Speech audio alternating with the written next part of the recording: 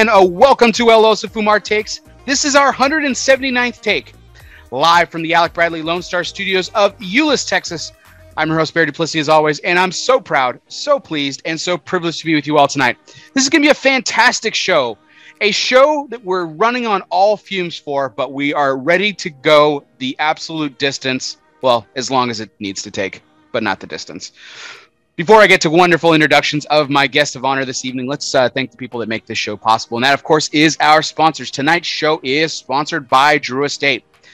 Unfortunate news this week as Drew Estate announced the cancellation of its 2021 barn smoker season, as well as the postponement of DE25, Drew Estate's 25th anniversary celebration at South Fork Ranch in Dallas, Texas, due to increasing health and safety concerns resulting from the rise of COVID-19, the Delta variant, which continues to spread rapidly throughout the country.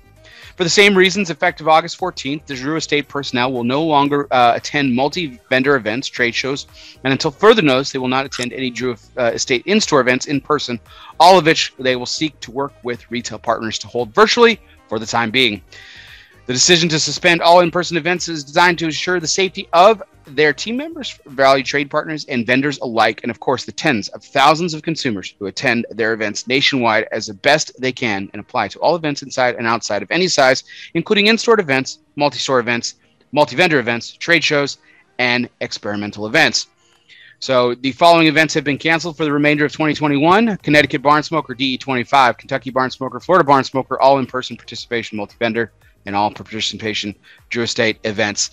Usually some happy news coming from our thanks, but I thought it would be appropriate to thank our sponsors and get this news out to as many people as possible. So check out drewestate.com for details. We know that there is some refunds in place and some other items, so you definitely want to pay attention to those. So check those out. You can get a full refund on ticket prices within 3 to 5 business days of the announcement, which was which was actually on Thursday. So you still got some extra time. Go ahead and get yourself your full refund. Check out drewestate.com. And welcome, everyone. This is our 179th take. It's my distinct pleasure to welcome our guest this evening, sponsored by United Cigars. Smoke one today and start living united, Mr. Abe Dababneh of Smoke Inn and KMA. Abe, welcome back. How you doing tonight?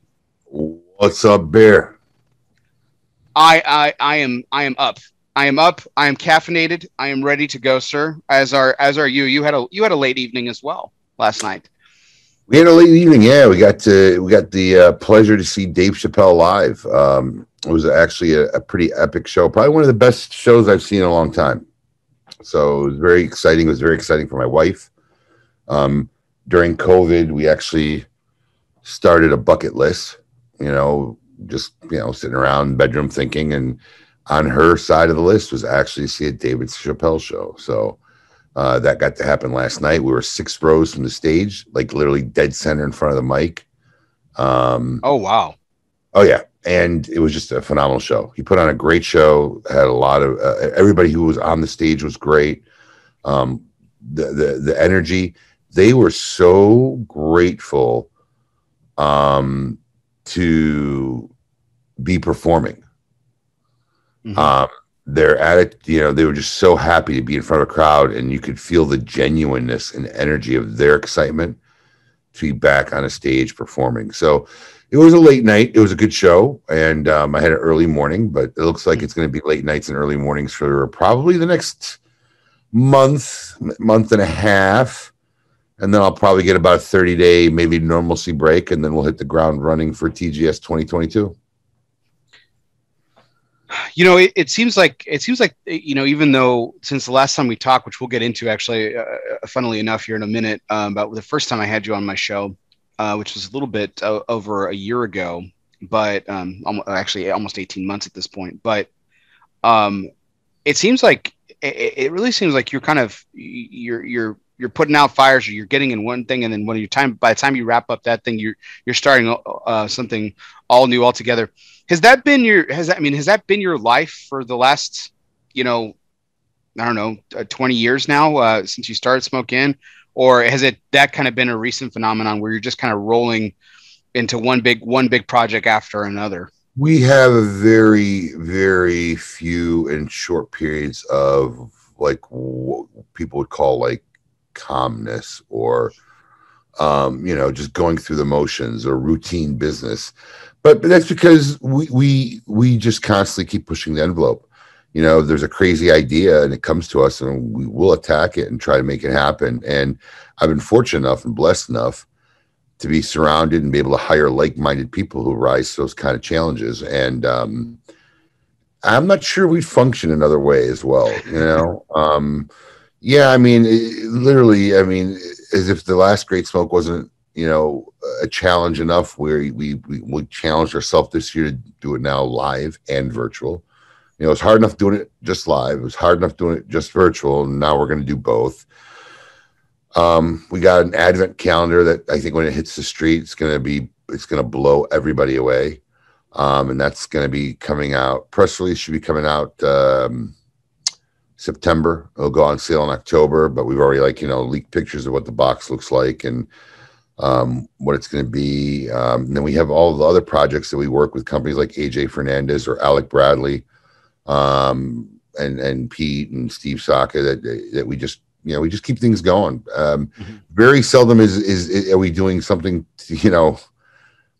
tomorrow that we worked on today. It's just there's just different projects always in the fire. But I think that's one of the reasons why no one really gets bored working in our organization.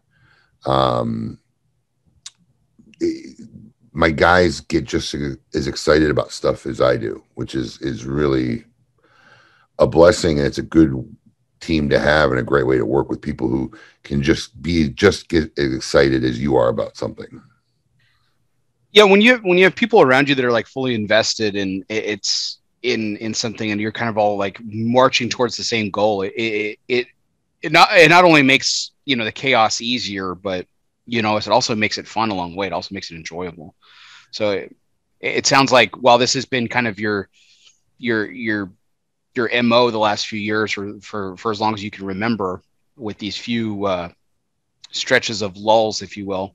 I mean, but it sounds like it always looks like you're having such a great time. So it sounds like everyone else around you is having a good time as well.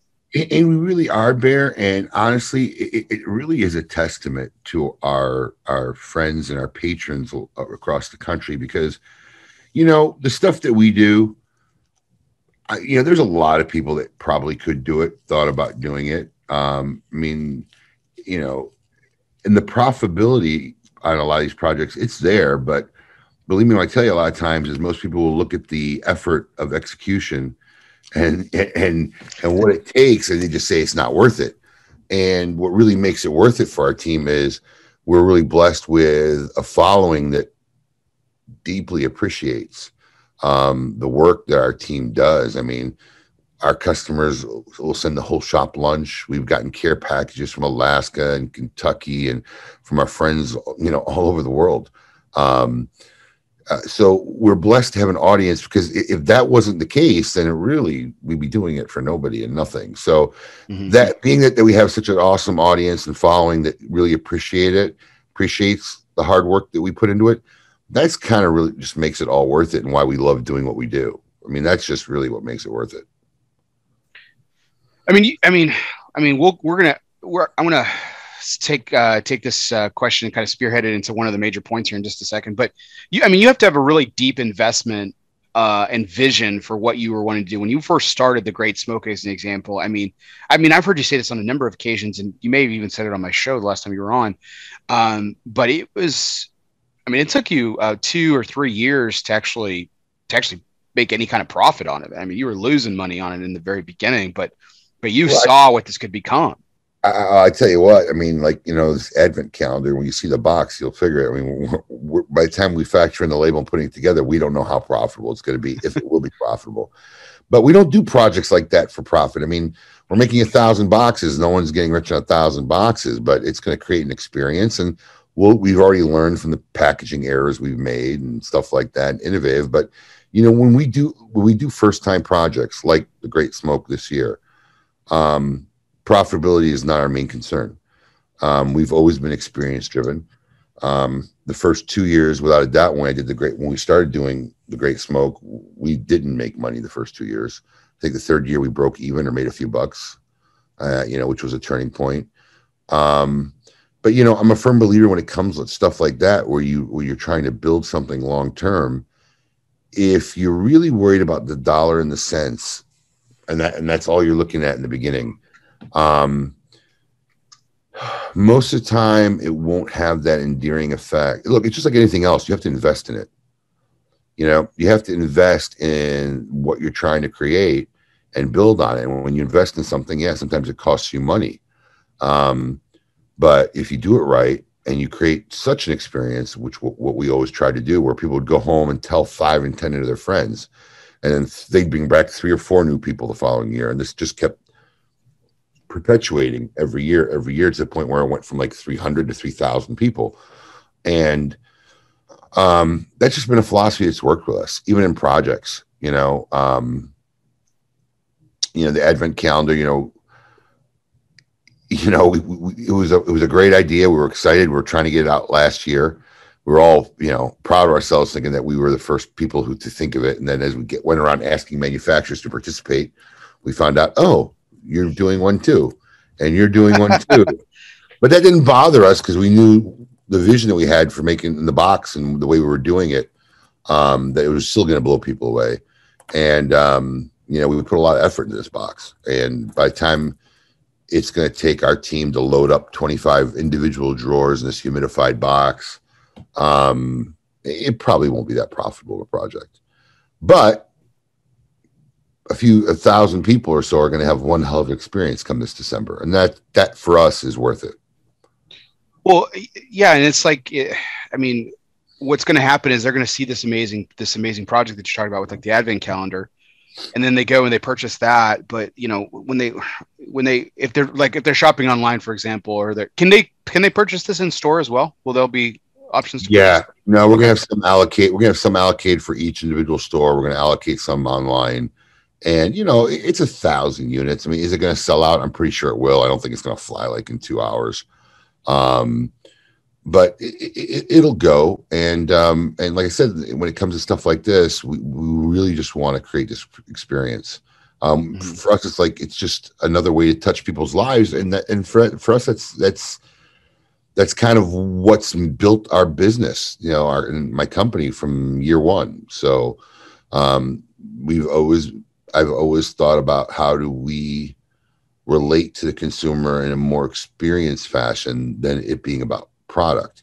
And even when we do our micro blend series, it's a product, but our goal from day one was to create an experience that would be different, special, and unique, whether it be how the blend is, the blend that was made, the short run of it is, the marketing of the product. Like, doing the cartoon series that we did for the original Big Delicious was one of the funnest projects. One of the funnest projects that we got to work on, and people were tuning in every week for 16 weeks to see the next 5 frames of the cartoon series. And that cartoon series still exists out there. It's www.room101bigdelicious.com, I think it is. Well, William Cooper, I'm sorry the camera's not good enough tonight. I'm broadcasting from my bedroom because it's 10:30 at night on a Sunday. William Cooper, the guy who really should comment about quality of sound or camera. I've had a couple people comment about it, but you know what? I was choosing to ignore it because you're doing me such a favor tonight, Abe. I'm at home. It's 10:30 at night. The lighting in my bedroom is not like studio lighting, guys. Take it easy. So, you're not missing anything. My face isn't that pretty.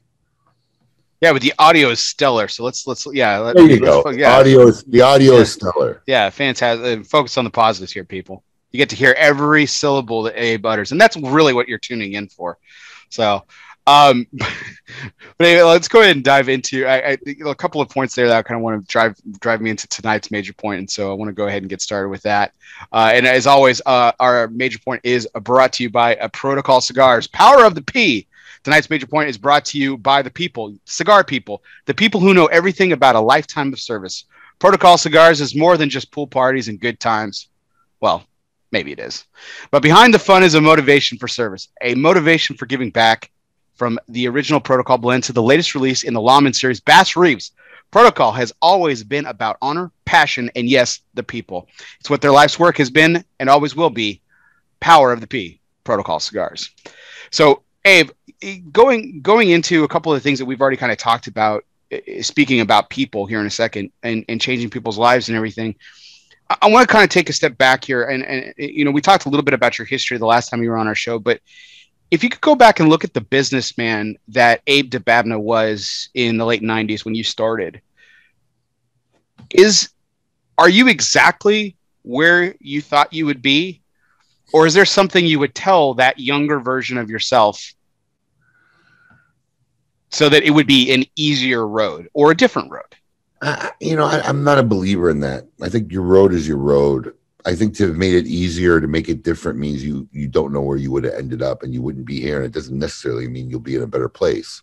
So I'm not a firm believer in that. And no, I can't tell you I ever saw the day where we'd be where we are today, or I'd be building a new warehouse and loading it up. And no.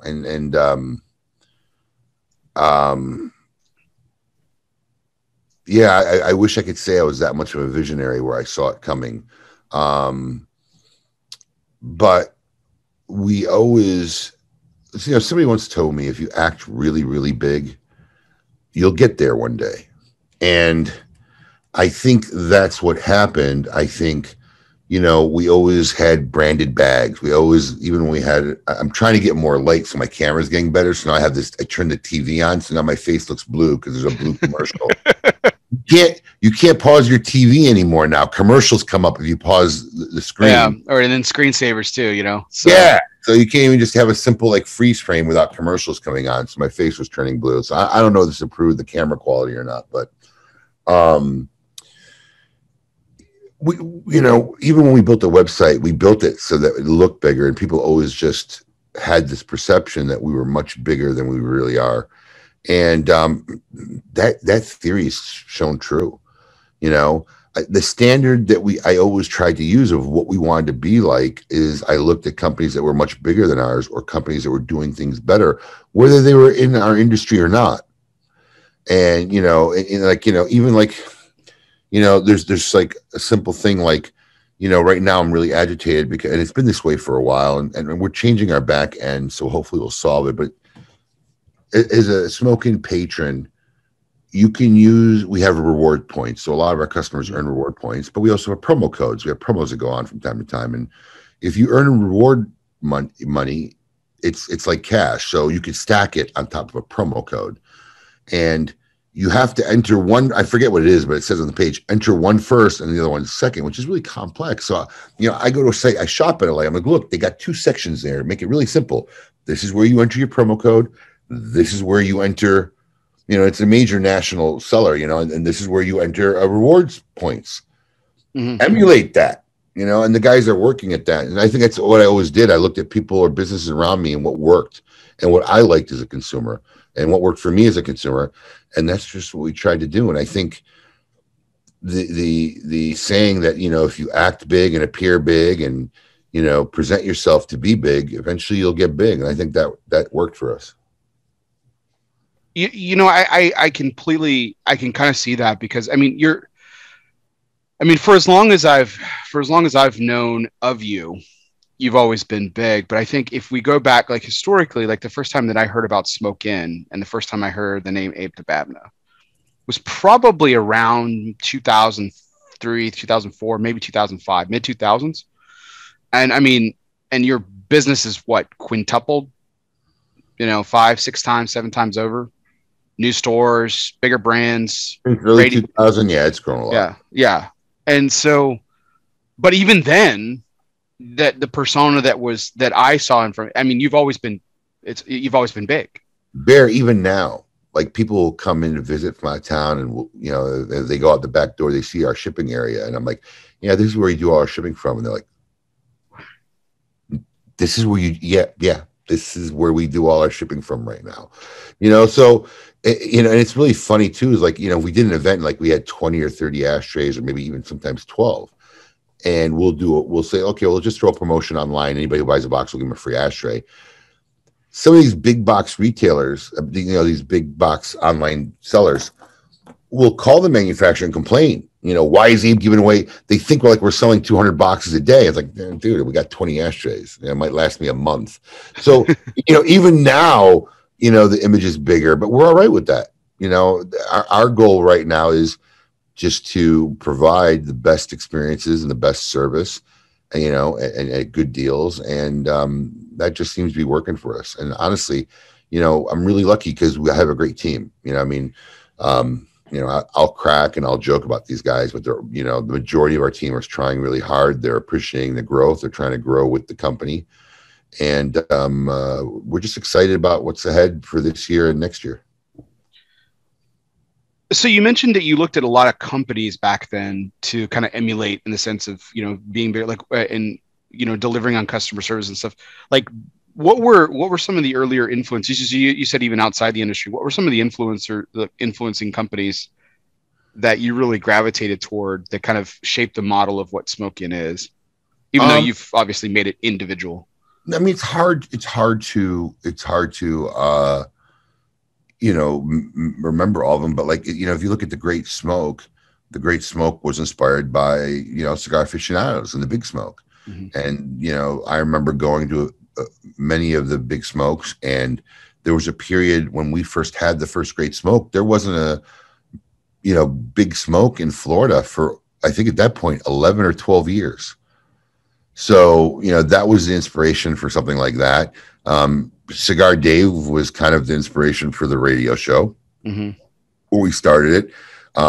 Many things on our web is me shopping online at various sites. I mean, our whole rewards program, I basically emulated off of, you know, Destination XL, because I'm a customer there and I get rewards, and I, you know, get caught in the same, you know, I've always participated. I've used them, and so we looked at how that worked. And I told my team, I love how this works. Let's make it work, because, you know, I consider my standard high as a consumer. So I want to make sure that our consumers are getting that same level that I would expect. And there's been a lot of them. There's been other cigar retailers, you know, Jeff and I from Corona have been good friends, and we've always bounced stuff back and forth. In fact, when we opened our warehouse, I called Tanya, and she was gracious enough to let me come down to their warehouse and look at how it was laid out and get some ideas for us to do our warehouse. You know, I look, I try to even tell the people who work for me, you know, a wise person can learn something from anybody, you know, even an idiot. You know, I mean, and that's what you try to do. You just try to grab your nuggets of wisdom, you know, at any time possible. I mean, we'll be in social settings and someone will say something, ooh, that's a good idea. I mean, Fred Rui sent me a joke text or something where, you know, somebody was talking, you know, or we didn't even know it was real at the time, but it was basically like, when you buy retail, offer an alibi service. I was just about to ask that. That was a simple Facebook message from Fred Rui, and I loved it. And basically, I had it up and running in 48 hours. And, and Fred's like, dude, like, I just told you that like 2 days ago. I'm like, yeah, dude, I liked it. And we made it happen. You know, so yeah, but I think be the line, Fred. Yeah, I mean, I think that's what it comes down to is that we don't stop looking at something that might be a good idea or a good experience or how we can improve on it. We're constantly reinvesting. And look, and this is why I try to tell consumers, because I'm not the only one with this kind of mentality or attitude in the industry. There are retailers out there that are constantly giving back to the consumer base. They're, you know, and when I say giving back, I need consumers to realize, if you go to a cigar lounge and that guy is reinvesting so that the leather chairs you're sitting on, like I just saw 4 leather chairs that disgusted me. I told my girl, order new ones right away, you know. But when they reinvest to get you leather chairs that aren't disgusting to sit on, when they keep the bathrooms clean, when they improve their humidor or buy new humidification systems, or they put on events for you, or they do stuff like we do, whether it be the Cigar of the Month Club. I mean, look, if you just do simple math, it's something like the Cigar of the Month Clubs, everybody's like, oh, you got thousands of subscribers. It must be awesome. Okay, so let me just break it down for you. We give you 5 premium cigars that retail, all right, typically between, like, you know, 50 and 60 bucks. So you could do the math on what you think the best possible price I could buy 5 sticks for. premium sticks, not no names, not fake made up names, not fake up cigars. These are sticks that every consumer knows the retail for. So even in your deepest imagination, you could figure out what we're making, what we could pay for a stick. Now, figure that we only sell that for $29.95. We cover the shipping.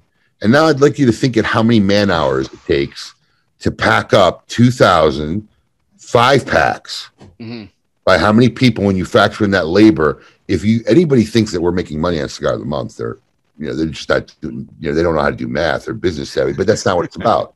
If we break even on something like that, and it's something that draws people to our company, or consumers learn about new cigars and try new cigars, for us, that stuff's worth it.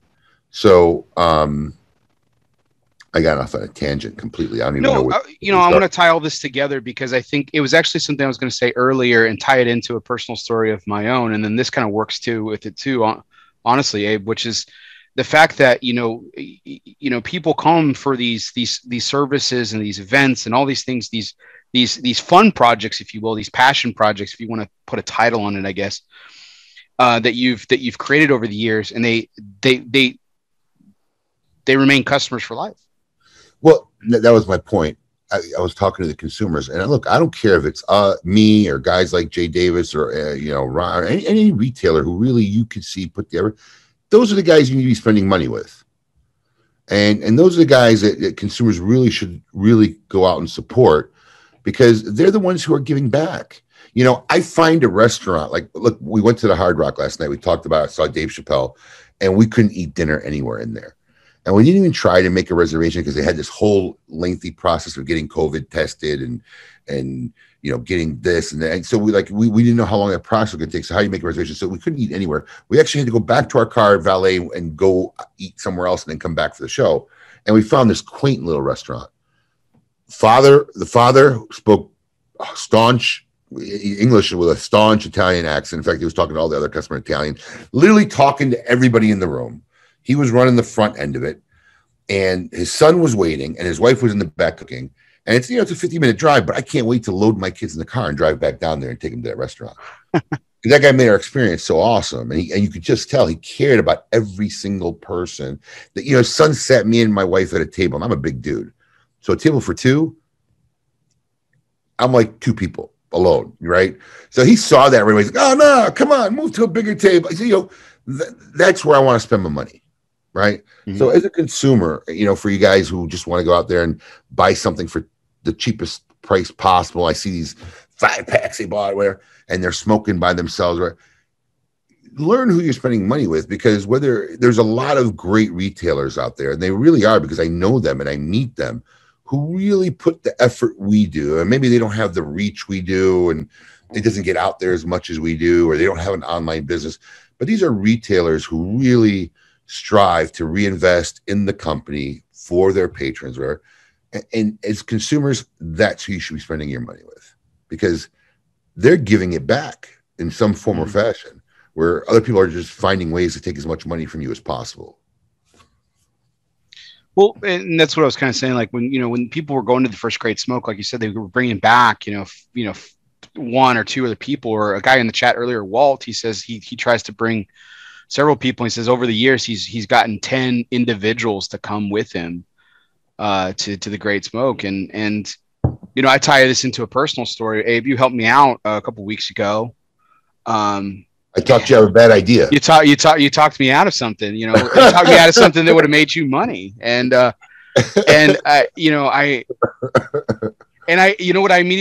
immediately did. I was like, I immediately went on to Smoke Inn, and I bought some cigars, not the cigars we were talking about, but I went and bought some cigars. And you're like, you didn't have to do that. And I'm like, but you were looking out for me, and it for nothing,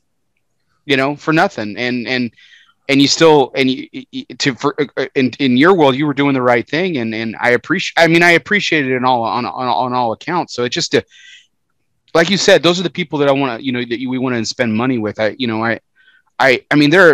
are tons of great retailers. I tried to support as many as I could that I knew personally over the past 18 months because of the hardship that COVID created. And I wanted to support brick and mortar as much as I could. And listen, and that's great. but I'm also not, I see all these posts, support brick and mortar. So, listen, you should support brick and mortar if they're supporting you. There are a lot of bad brick and mortars out there. I've been to them. Right. So, I don't care if it's brick and mortar. I don't care if it's an online guy. I don't care. But, support those that support you in the long run, and what I call they're reinvesting for you, the consumer base. And there are those guys out there. I don't think just because you're brick and mortar, you're entitled to support. There are brick and mortars out there, and I've seen them. I've been in them. They're awful. There's a hot take. Okay. So, no, I 100% agree again, like with you on that and that aspect that, when I say support brick and mortar, or at least again, this is me being idealistic and utopian and everything about everything I am and just naive. Is to look at it the way that you do, support the people who go about their job and do it well. The Jay Davises, Mike Peacock here in Euless, who I happen to work for. Yeah, I'm biased, but I mean the people that go around and do and take care of their consumers and put a fantastic brick and mortar on the map, have built great relationships with consumers, with manufacturers, and everything. I mean, those are the people that you want to support. Not just Joe, who happens up in a shop and, he, doesn't really give two hoots about it. Yeah. I mean, I don't really want to support that guy either. I don't even want to go back to that person's shop because, like you said, I've been into some pretty bad ones. Yeah. Unfortunately, there are more bad ones than good ones. And we get it a lot because when they come to our shop, we hear either the horror stories or how they just wish they could find something near where they live that's close to the experience of what we offer. And at the end of the day, and I've said it, no one's left our shop saying, I mean, we got a rare and vintage room. We got a few, special cigars, but, that's not what, no one leaves our shop talking about the cigars. They leave our shops talking about literally everything else, whether it be the staff, the bartenders, the atmosphere, the fun, all the other experiences that go on there. And I think many retailers haven't caught on to that yet. Why do you think that is? Some people don't belong in retail. And that's the real truth, not just in the cigar business and just retail in general. And you've seen it. You've walked into a store, sometimes mom and pop, sometimes big, and, guys like this at the counter when you walk in. Yeah, that's the owner.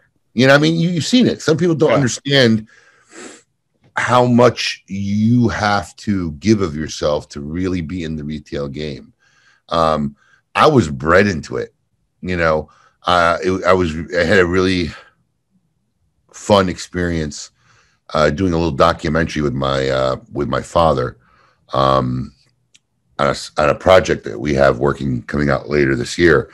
And, he was telling the story about literally like, when I was 3 years old, I had a crib in the back of their little, grocery store, convenience store. And so I've been around retail my whole life, seeing how my dad treated his patrons, how, we grew up in a grocery store where my family got invited to the kids' graduation parties, the kids' weddings. They would cook and bring us lunches, or if someone baked a pie, they would bring a pie to the shop. So I grew up in that environment. So for me, it's natural. It's not nothing I had to learn or and this is one of the reasons why I said I wouldn't change anything, because everything that's happened up until this point has led to where I am today. So changing any one little thing, you don't know how it affects you, but growing up in that environment and seeing how my dad related where his customers had kids who grew up and became my customers, so, when I took over the business with him for a while, so it's just a very natural setting. And then the hard part is when you're doing it alone, when I used to have no employees or whatever, it's very controllable. So the real skill and the real art is what happens when you need to start employing 30, 40 people, and you're never going to get everybody on board with that philosophy. But if you can get half or 2/3 to understand that mentality and adopt that principle, you're doing a great job. And that's what I've been lucky with so far. So, we were talking about some people are just not made for retail and everything. Real quick anecdote, I remember one pretty horrible experience. And maybe you've actually done the same thing. You've gone into a really bad shop, you've gone into the humidor, and then someone comes in, they're not getting help, and then you just end up helping them anyway. Yeah. Or my favorite is, here's a classic, and I bet you as soon as I say this, everybody's going to be like, oh yeah, you're traveling, you go in a cigar shop you've never been before, you walk in and you've been there for 20 minutes and you can't discern who's an employee and who's hanging out in the shop. Right? They're all sitting in the lounge. You don't know there's an employee around. You walked in, nobody said shit to you. You've walked to the humidor, no one's come up to you. You grab a cigar, you walk to the register, and sure enough, one of the guys sitting in the lounge gets up to wait on you and go, oh, you're the guy who works here. It happens to me all the time. All the time. No. All the time. Yeah, all the time in travel. My wife actually even asked me one time, and it's funny. She asked me, she said, "Hey, I thought you said you were just gonna pop in and get just take a quick look at the humidor, maybe grab a couple cigars." And I was like, I wanted to, but nobody wanted to take my money, And it was, but yeah, I think it's one of those things that when you go into a shop that is like the ladder that you were describing, and the impact is so much different. When you leave, it's not about the cigars you purchased. In fact, the cigars are last on the list. In reality, it's about the experience that you had. So, and I think that's proven with what you've kind of built. So talking about the people around you, this is a really good way to segue into this. So, let's dive into what the Great Smoke of 2021 was earlier this year, because this was an event not like any other that the cigar industry has ever seen before. This was a virtual event that had such a live feel to it, because a lot of it, I mean, some of it actually was, but it was all pretty much live.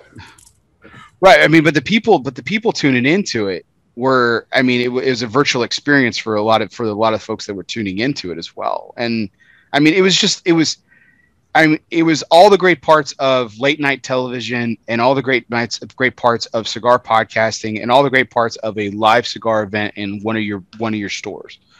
And I mean, when you sat down and said, "Hey, we're going to do Great Smoke in 2021," where did the drawing board actually start into where it evolved into what it actually became?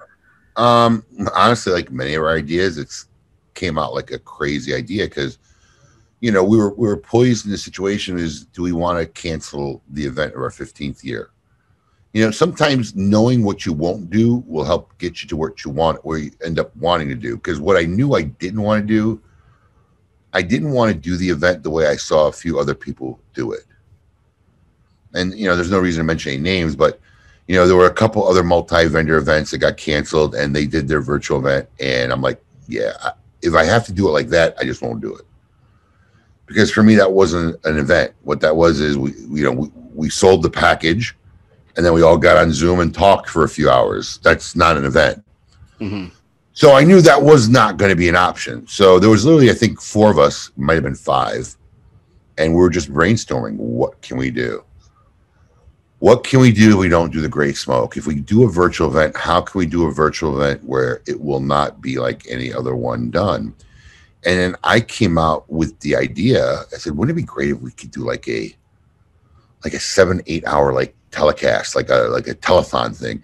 And I think in the original script, we were going to have a fake call center and have like box calls where like when Saka would come on, like we'd make him sit and act like he was taking phone orders, like they do at the telethons, right? Right. So, that was in the original script, and we just never got around to making that one happen. But, we started thinking of all these stupid ideas, just being silly. And then literally one of the guys in the room says, well, my best friend of 25 years has a production company. He's in the Golden Globes and Kings of Comedy and Soul Train. I'm like, where? He's like, oh, I'm out of Atlanta. Like, you think taking you this long to mention him? Like, I said, you think you'd want to do this? And he literally called him in my office. We told my idea. The guy loved it. He goes, I'm running around doing stuff now for everybody. Steve Harvey, this guy, that guy. I mean, that's all people are doing now. It's like in the heart of COVID. And if I knew what it was going to take, I think the majority of the industry, you know, because it's like really funny because like, you know, you'll talk to the Padron family or, you know, they have no idea what happened, you know, and that's one of the things that most manufacturers who weren't there, weren't involved, they didn't even really watch it. I think outside of our little bubble universe, the majority of this industry didn't really even know what happened. And it's really a shame because for me, it was probably one of the most historic things. That is a landmark thing that Cigar Aficionado should have wrote a story about. Anybody who's in, you know, any kind of news or public should write a story about that whole event because it changed the landscape of what was possible and what you could do. And like I said, if I had known what it was going to take, I really would have had a documentary crew follow us for at least the last 30 days and maybe 60 of putting that together and what it took to make it happen.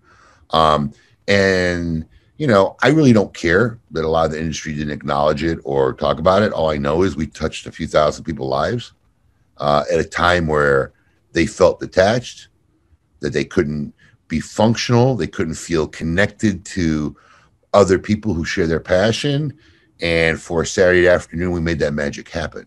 So that was a very cool and very fulfilling experience and pushed a lot of people to the limits to make that happen. And we didn't slack off now this year because we got hundreds of emails. Good night.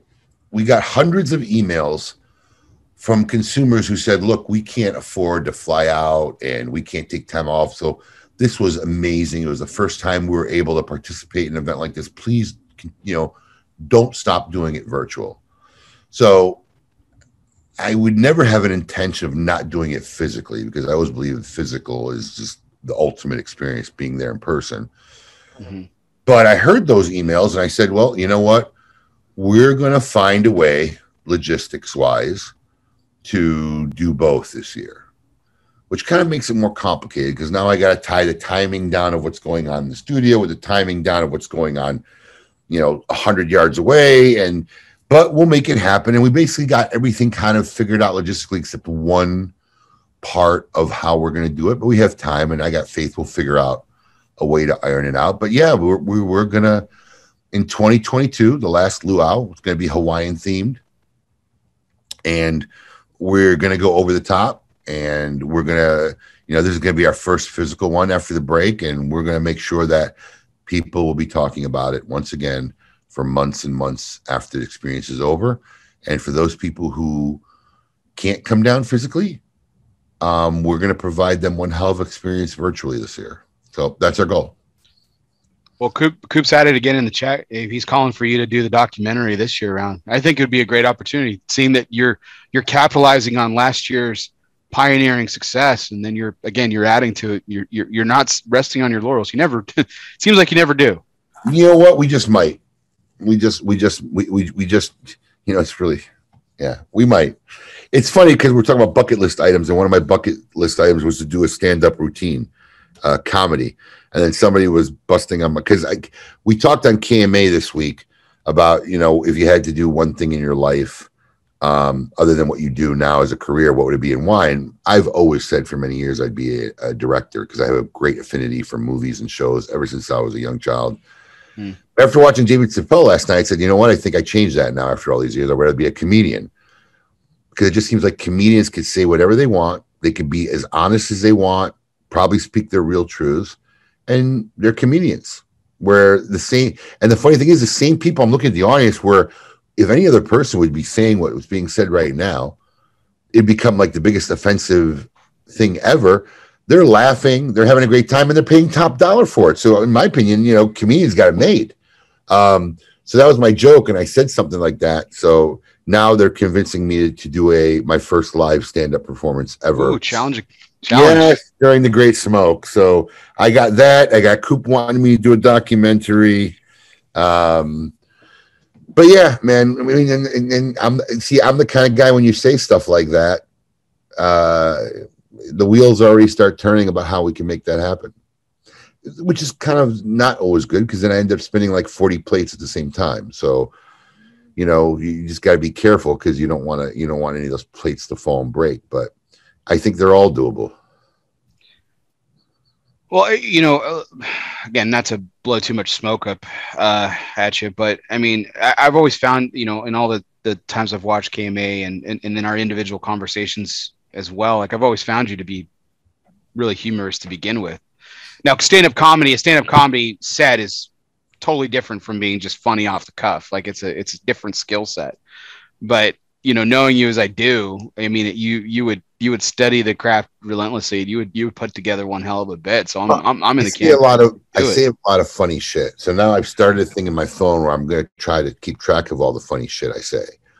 And most of it's just talking about shit in my everyday life. Right. That's where real comedy comes from, is just relatable stuff. Like, And then once I have enough material, then I'm actually a good writer. I could string it along into some fluid storyline, So it'll be a little bit of work, but maybe by February I can get a 5-minute act done. Right. I think I know there's been an idea that's been tossed around quite a bit, over the years is a cigar industry roast. And I've heard Coop talk about this, how that's such a poor idea because there's a lot of really sensitive people in the industry that just wouldn't. But I was like, at the same time, I think there's a lot of people that have a sense of humor about themselves. I mean, I think it would be hilarious to do a roast. Coop's an uber conservative, so he just that's just Coop. But when we first started talking about this concept, which was probably 15 years ago, I mean, there were just definite people you said, we're never roasting that person. Right. And you just know who they are. I mean, yeah, we're never going to roast that person. But the majority of guys, I mean, look, I do it every day. I'm a horrendous ball buster, and Eric and Rocky and Nimish and most of these guys, we're just avid ball busters without we don't need a roast to be viciously nasty or funny to each other. So, I like to think that there's a path to success no matter what. So unlike Coop, I definitely think that a cigar industry annual roast it could be an epically successful event. All right. He's losing it in the chat here. So no, I stand corrected. That is 100% right, Coop. Sorry. My apologies to the audience. My apologies to my good friend, Coop. Well, he was 100% in favor of the roast. He said he didn't want to host it. Well, Coop, you couldn't host a roast ever. You're way too nice. Everybody likes him. That, and then in an industry, and that's saying something, because I've said this countless times now. The thing I love about the cigar industry is just how well everyone, for the most part, everyone is friends with each other. Everyone treats each other with respect. There's a few sour apples and a few things that kind of fall by the wayside, and there's definitely a share of drama from time to time, especially in recent weeks. But that being said, like for the most part, there's a lot of great relationships in this industry, even among competitors. Like you said, you and Jeff, you're direct competitors in the same state, sometimes in the same, near the same communities, and you guys are still, friends for it. That's in other industries, doesn't happen. It's not about competition. It's about being respectful for one another. You know what I'm saying? If you're respectful, I mean, I've helped other retailers who are local and actually closer to me. I remember many times, I don't think that shop's there anymore, where a guy would call me up who had a shop maybe about 15 minutes away from my West Palm store, a little one. He's like, hey, I'm out of this box. Can I come by and pick one up for a customer? I'm like, yeah, dude, just come and get it. So it's not, you can be competitive as long as you're respectful. And if you're being respectful, there's no reason to be nasty. Guys are worried, oh, that one customer, I'm going to lose them. Yeah, one customer ain't making or breaking your business, And if you think like that, then you're in trouble, because you're going to have a lot of sleepless nights. You do what you do. And if you do what you do, you'll have customers. If you don't do what you're supposed to do, they'll find somewhere else to go. That's just the universal truth, no matter what. So yeah, I think look, Vegas for me is the historic roast city. I think that the one time a year at the trade show is when everybody is there. It's when the whole industry is basically in one spot.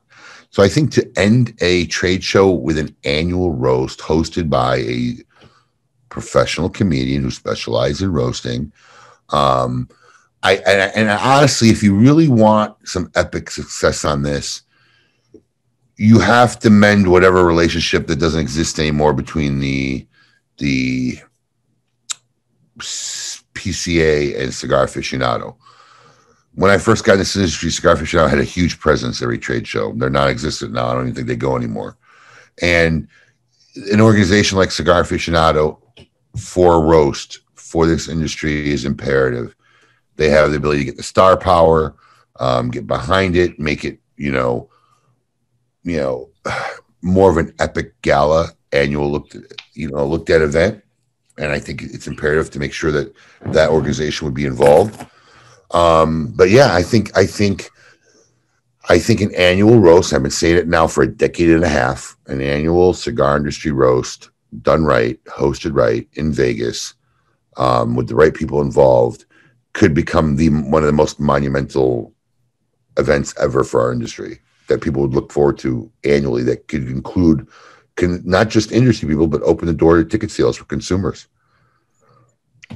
So putting you on the spot, Abe, I mean, who would be the perfect host of a roast in the cigar industry? I mean, there's no perfect host. You find one. At the time, 15 years ago when I was looking, there was a guy out of California, I think his last name was Zany, who actually specialized in organizing and doing roasts and writing material for roast, and was an avid cigar guy. So, I mean, you'd have to look at where we are now today, 15 years later, but it's about doing it right and getting the right people involved to make the experience what it's supposed to be. And if you do that, you'll have something that will go on for decades and continue to grow every year. This was a really interesting tangent, but just going back to the Great Smoke for a couple seconds here. And you were like saying, you were talking about just the magnitude that it had on your career and also on the industry itself. Do you think, and I know deep down you're a really humble person, so this might be difficult for you to answer, but truthfully, I want you to look forward to the future in 10 years from now. Do we look back on last year's Great Smoke, or this year's Great Smoke rather, and say that was the thing that started where we're at now, and look what we've done, and we've got these roasts, we've got these I mean, it's almost like what you accomplish is now the status quo. Do you think we'll get there in 10 years, 15 years? I don't, look, I don't know if I said it on the show, but I said it earlier. Look, some things most people just aren't going to do, and they're not going to do because the pain of doing it's too great. To do what we're doing, especially this coming year, forget last year, because this coming year is going to be probably more intricate. I count on one hand of people in this industry who I think would put what it takes to pull something like that off. So I don't think that the Great Smoke 21, the digital experience, is going to spark some movement 10 years from now. Because honestly, at the end of the day, there's nothing like being physically at an event. I mean, like, if you want to put it in perspective, it's like having sex and watching porn. Both are enjoyable, but which would you rather do? So, it puts it in perspective bluntly. So, but I think what people need to realize is for those people with the ability and the resources, you can create special stuff and you can incorporate people who aren't in your store. And I think retailers need to learn that they can expand their audiences beyond their local market. I mean, if you want to be bluntly honest, I'd like to see all brick and mortars chew up and eat market share from all the big internet guys, the CIs, the Famous, the Thompsons, And look, nothing ill will against them. You know, I like Arthur Zaretsky. I mean, he's a good guy, and it was a pleasure having him on my show. But you know, these guys have had the market share, and you know, the way I look at it, look, I've been to CI Fest. You know, general people are going to get mad at me, but it's not about a big cattle call. It's not that experience driven, and I wasn't blown away by anything we saw there. Me and one of my operations guys went to Cigar Fest. So yeah, I wouldn't mind seeing all the brick and mortars start expanding there and taking market share out of some of these bigger companies who, you know, in my opinion, you know, I don't think it's necessarily a bad thing. So this might harken back to our point several minutes ago when we were talking about being bigger than you really are. But I heard someone talk about you and actually, Jeff, you guys were looped in together in this conversation one time, suggesting that you were very comparable to big bucks. Not even close. Not even the same stratosphere. And it's really funny because it's funny on a couple levels. I'm going to put you in perspective, right? Because I'm fortunate enough to actually talk and be good friends with Lou Rothman, who lives down here 6 months a year. The warehouse that we're putting together is about 6,000 or 8,000 square feet. I keep forgetting. Which, you know, my team is looking at that and they're like, "Oh my God, you know, blah, blah, blah." That's 6,000 to 8,000 square feet. When Lou was running JR, their warehouse was 280,000 square feet. Okay. And before this warehouse, we were running it out of a 1,100 square foot back area, 1,200 square foot back area. So, you know, when I tell my staff where the reality is of what these, you know, the big four, as everybody calls them, of where the big four are really at, they're like, "Oh, wow." You know, because, you know, they see what's going on. They think, "Oh, this is," but perspective is a good thing, because if you don't have perspective, you really don't know where you stand. And so I have it from my staff when they don't realize how big some of the bigs are. And then when the consumers, because they all have the perception that we're much bigger than we are. But at the end of the day, I'm just very comfortable where we're at. You know, I am. You know, I mean, we've been fortunate enough to have growing pains, and times where my organizations had to shift monumentally, like when we built this big building behind us, you know, our headquarters. That was a big time for us, and this is a big time for us. And if I'm fortunate enough, I'll have another big time one more time before I retire. So, and we just keep moving forward. Look, at the end of the day, all we're trying to do, I think, for the most part, is have fun every day. Yeah, I mean, yeah, it's annoying, and yeah, you have pains in the asses, and yeah, you have good days, but we try to make work and what we do as fun as possible, because otherwise you don't like to get up and do what you do every day. So, and that's what we do. So, and that's what we kind of like doing, and that's what we have fun doing. So, we're fortunate. We're very fortunate, and I never take that for granted. You know, that going back to that point about being is, you know, comparable to it. And I was able to argue this point, and there was a time that I would have agreed with the person I was speaking with on this matter. But I remember ordering it was a present for a colleague of mine from you to have it shipped. And I had the address was all mixed up, and I had to call to get it corrected. And at the same time, I also wanted to ask about some, I guess there was something also wrong with the product, like y'all were out of stock or something like that. And in the particular product, you needed to sub it out or something. And so I called, and you know, I guess you're one of your managers for the online component answered, and so I told him what about the address issue, and I said, "Oh yeah, by the way, I need to sub something out." And I said, "Well, do you have X, Y, and Z?" He's like, let me check. And I fully expected him to say, "I'll get back to you like in a business day or two," right? And like he took all of 30 seconds. He was like, "Yeah, I got it. We're good. It's right here." I'm like, "What?" It's like, "Yeah, I'm looking right at it. It's fine. I'll take care of it." I was like, "Thank you." Perfect. So yeah, I mean, it's I think that was the time that it kind of dawned on me. That I was like, oh, wow, he's really operating out of a room that he walked across in, you know, a couple of seconds and was like, yeah, I have it. It's sitting right here in front of me. He walked to the humidor in front of the store. Right. You know, he walked from the back room to the humidor in front of the store and looked what was available. You know, and if it's not there, then it might have been a little complicated. He'll have to get back to it, because then he would go on this computer system and see if any one of our other locations had it. And if the computer said we did, then you'd have to call the store and verify it, because sometimes the computer's off. So, but no, I mean, look,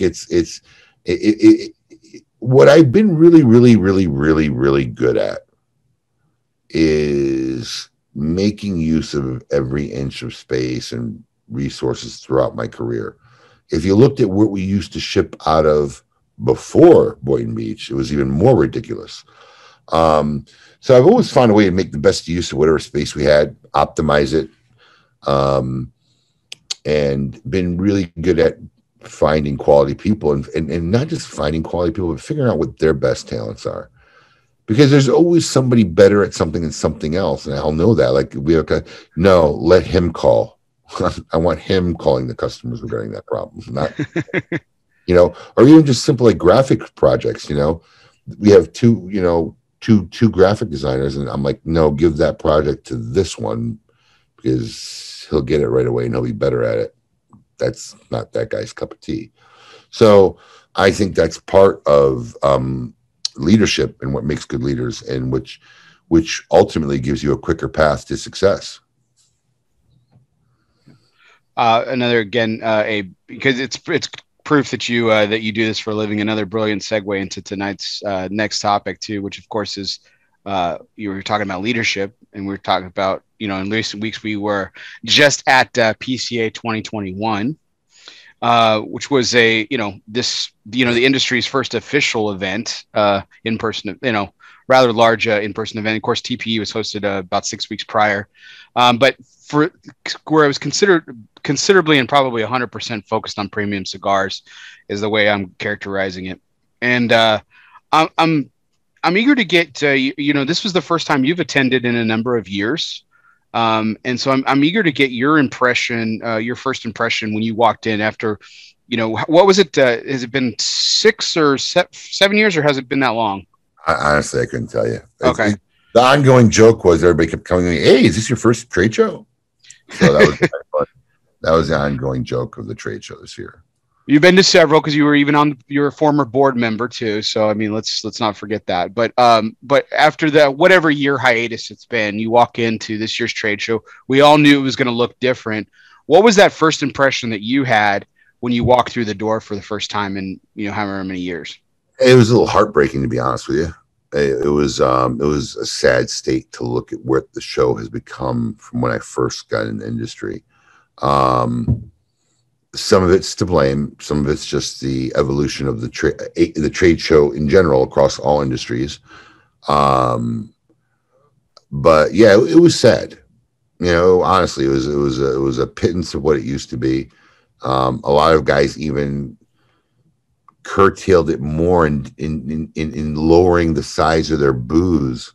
Just didn't even put in an effort to even try to make it look nice. I mean, like Ashton basically looked like they had a cafeteria. 8-foot table. None of the principals came. Put out 8-foot tables and looked like they were sitting down at a cafeteria. Robert Caldwell, who I think is funny, I like, basically was squatting at the trade show with no booth. Just squatted. It's probably the most accurate and funny. Literally just squatted. It was sad. It was sad for somebody who's been in the industry a long time. Was it great to get out and see people? Absolutely. Was it nice to see old friends? Absolutely. Was it good to see a show happen? Yes. But if you want to ask me emotionally, really how I felt, it was a little depressing. Even my father, right? So my father came, and my poor wife, who's, I knocked her up and was pregnant for 6 years straight, and then was raising kids, hadn't gone in a long time. And she enjoyed seeing friends, but all they did was say, wow, is this what has happened in the last? I mean, they were like very, very shocked with it. And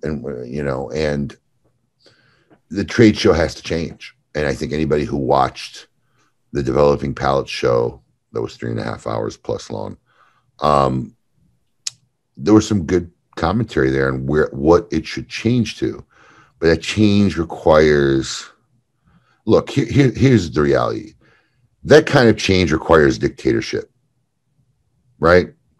11 guys in a room is never making change. It's just not.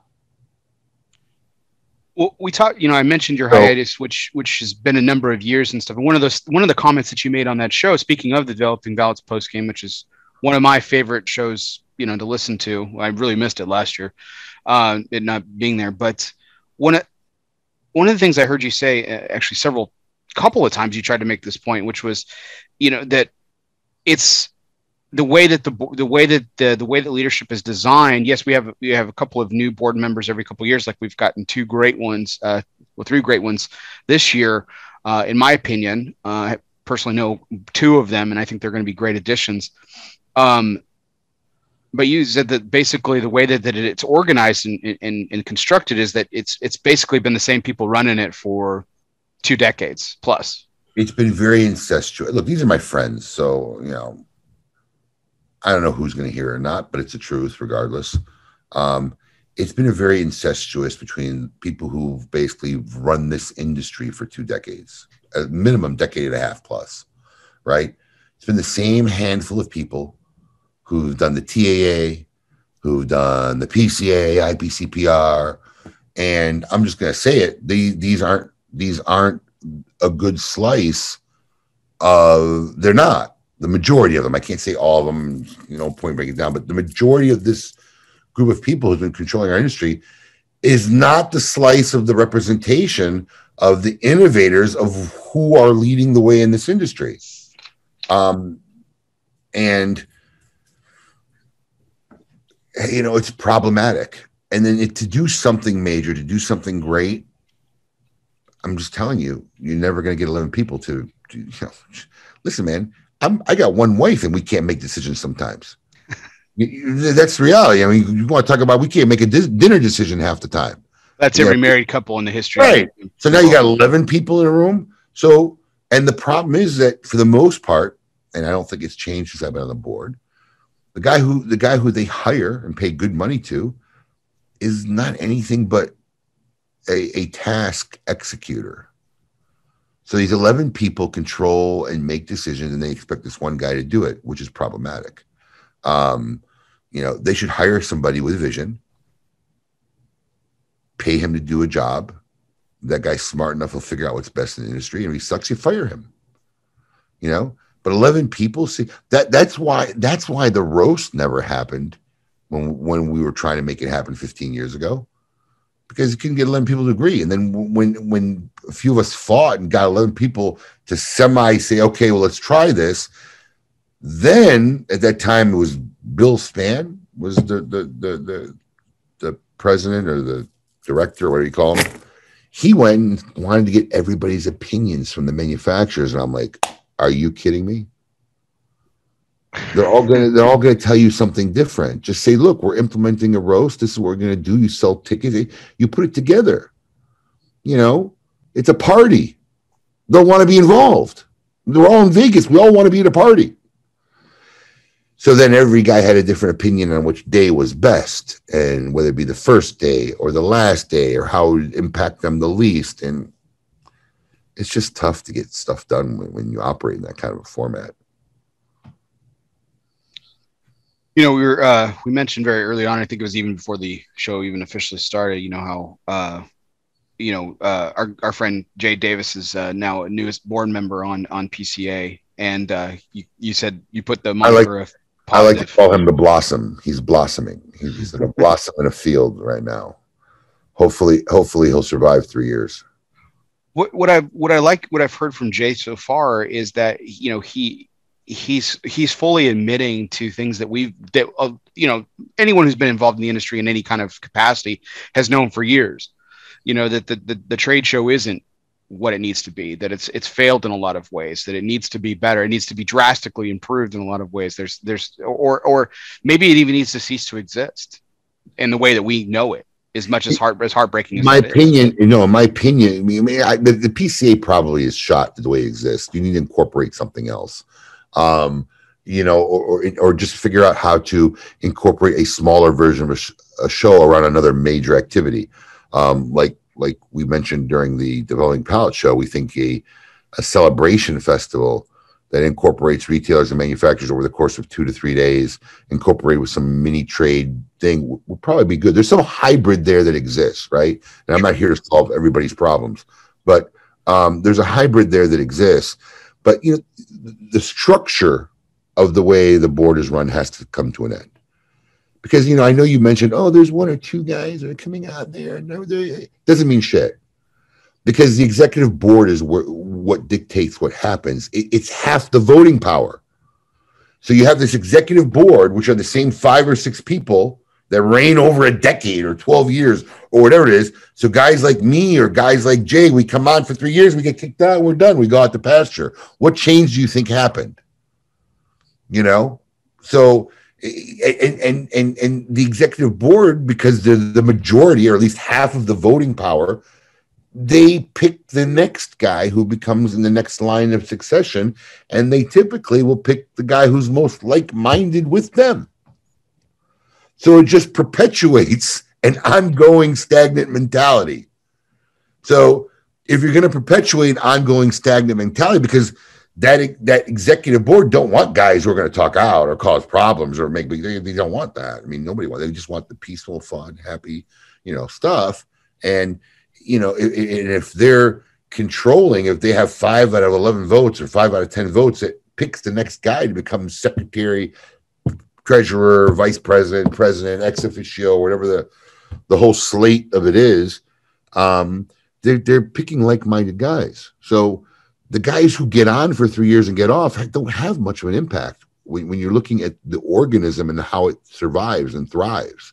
So I think the whole setup of how the board is chosen, how they stay, how they are elected, that whole thing has got to come. That's got to change. The fact that it's still being done the way it's done is mind-boggling. Well, this is the first time they kind of published, elections. They put that out there, at least first, a little bit more than they had in years past. 87 years. Yeah. I mean, come on, man. This is just absurd. It's absurd. It's absurd. So I'm not saying this is what you said. So don't mistake me. I'm not accusing you of saying something, but I'm saying is, did you move on, or did you leave the board because you rocked the boat and others like you followed suit? Or after 3 years, you're done. And if you want to stay involved, you have to get on the executive board, right? So I think I threw my name in the hat to be chosen for executive board, and of course I didn't get picked. And if I told you the name of the guy who got picked above me now, you'd be like, who? Right? So, but I was definitely not the most like-minded individual of the majority of that room. And look, when I say not like-minded, we're all friends, and then there's nothing personal I have against anybody who's on the board.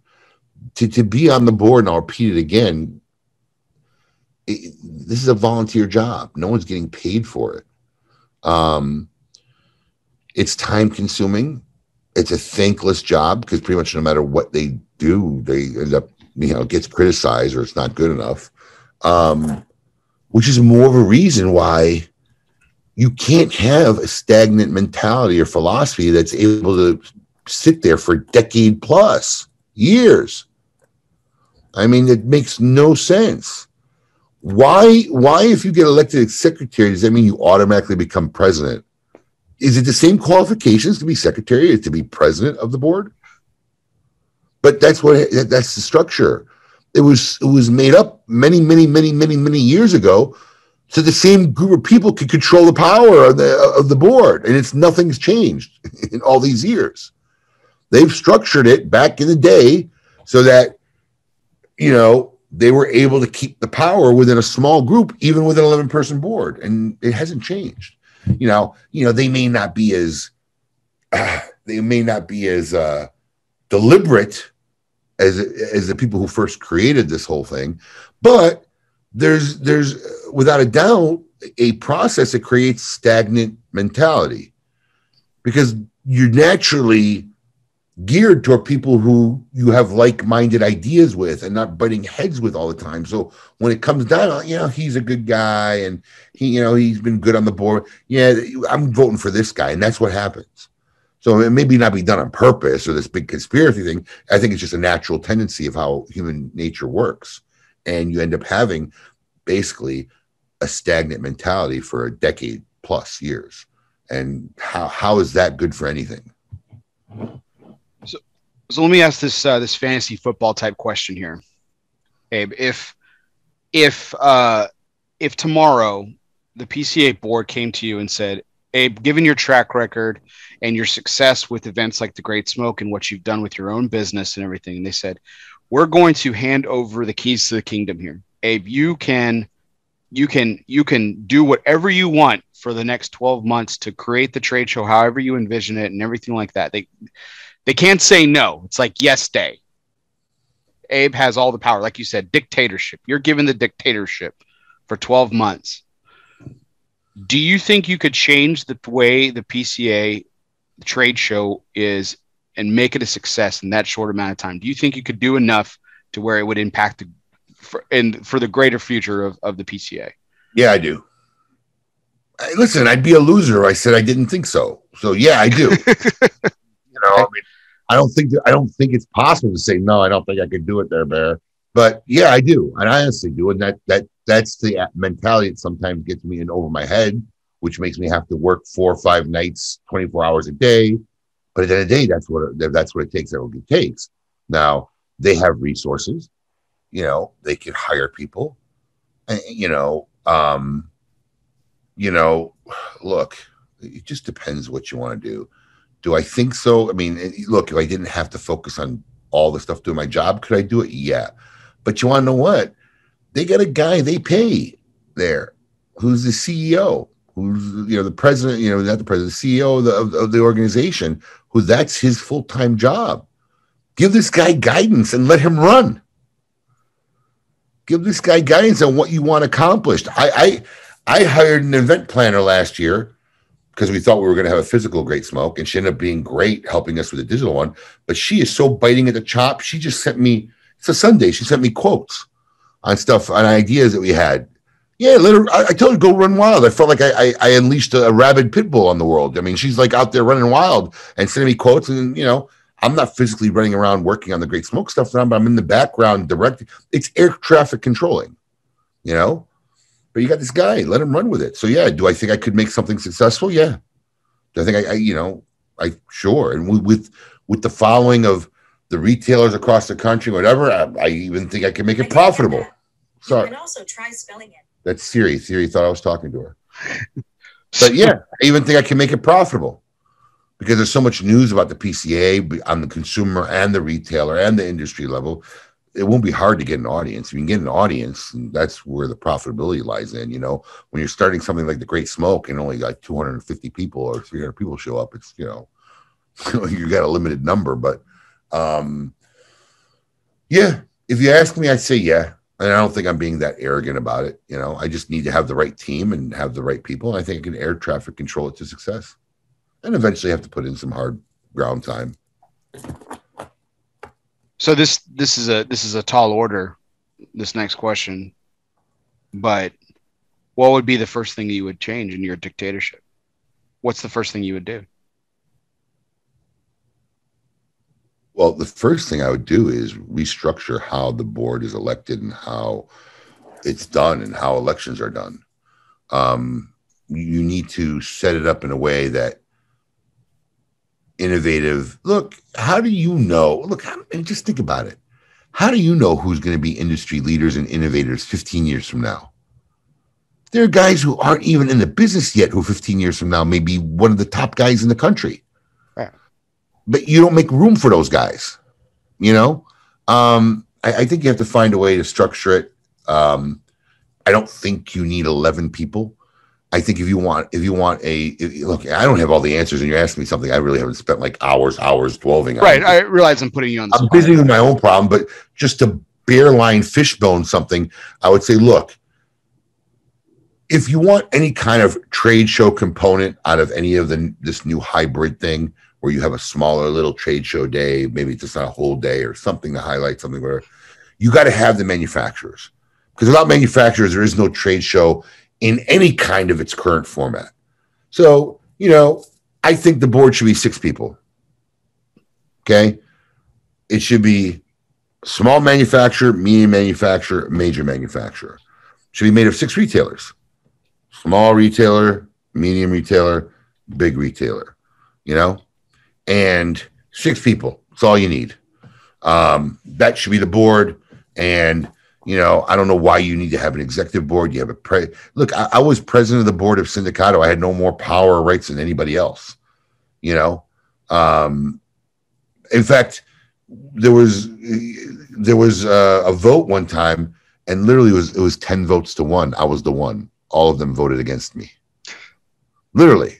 I mean, they wanted to make a dividend. I'm like, the dividend is worthless. No one's going to give a crap about getting this small check. Reinvest in the company and do better things with the money. Everybody thought that, it'd be great to send a little dividend check to all the stockholders. I said, they won't even see it in the mail, man. Put that money to good use. And I got voted. But that was great, right? I mean, I was the president of the board. I got outvoted. And there was no executive board, 5 or 6 of us control. No, man, it was great. I still laugh about it today. I got voted out 10 to 1. I was the only one vote. Yeah, I mean, I think the first thing I would do is change that structure.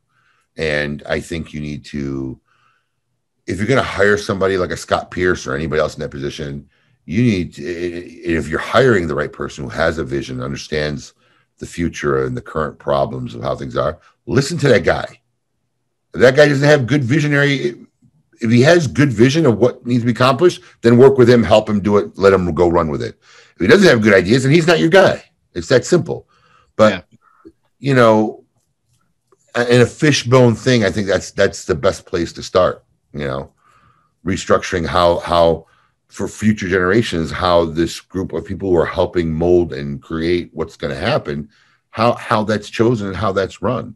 Maybe each guy get a 3-year term, and that's it.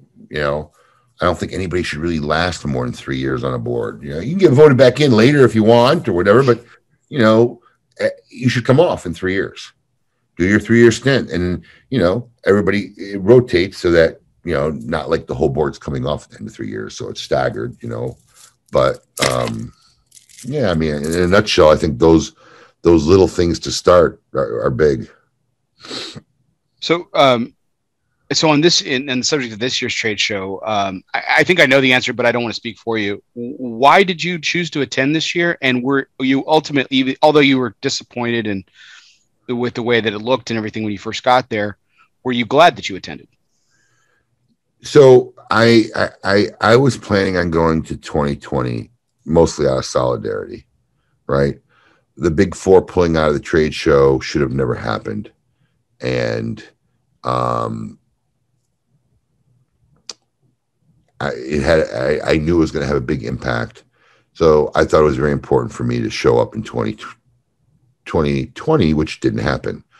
So obviously in 2021, I was going to continue on that effort of solidarity, but then we were also building a warehouse. So I actually had to go and work because it was a lot easier for me instead of making a bunch of phone calls or kind of hit everybody up in 4 days and, plan scheduling for receiving new product for warehouse, seeing what's new, because, I don't order for our regular stores. I have a buyer and an operations guy, and they handle stuff for the stores, but they've kind of been running the stores while me and my shipping guys have kind of been handling the warehouse side of it. So it was imperative for me to go to work. The real question is, am I going to go in 2022? Stop reading my mind, Abe. That's the real question here. I mean, I see no reason that I need to go in 2022. I think I'll end up going because it was really good to see a lot of old friends and people and laugh. And we did have some good times. And it was kind of nice this year. And I don't know how it's going to be in 2022, but, we get wined and dined. So we get invited And it's really funny because I've told the story when I was just starting out, I'd gone to a few trade shows, you know, and you're fending for yourself every night, figuring out what you're going to do. And then I remember when I first got invited to a dinner, I think it was Ashton, maybe the first one. I'm like, oh, they're having a dinner. Oh, they're inviting me to dinner. That's nice. And I go there and I see there's like fucking 200, 300 people. Like, wait a second. Has this been going on every year? You know, I didn't even know that they had these functions in the beginning, you know? So, and we get invited for a lot of people. So we got to make hard choices, you know? So sometimes me and my team will split it up. My operations guy, okay, well, you go to that company's event. I'll go to this company's event.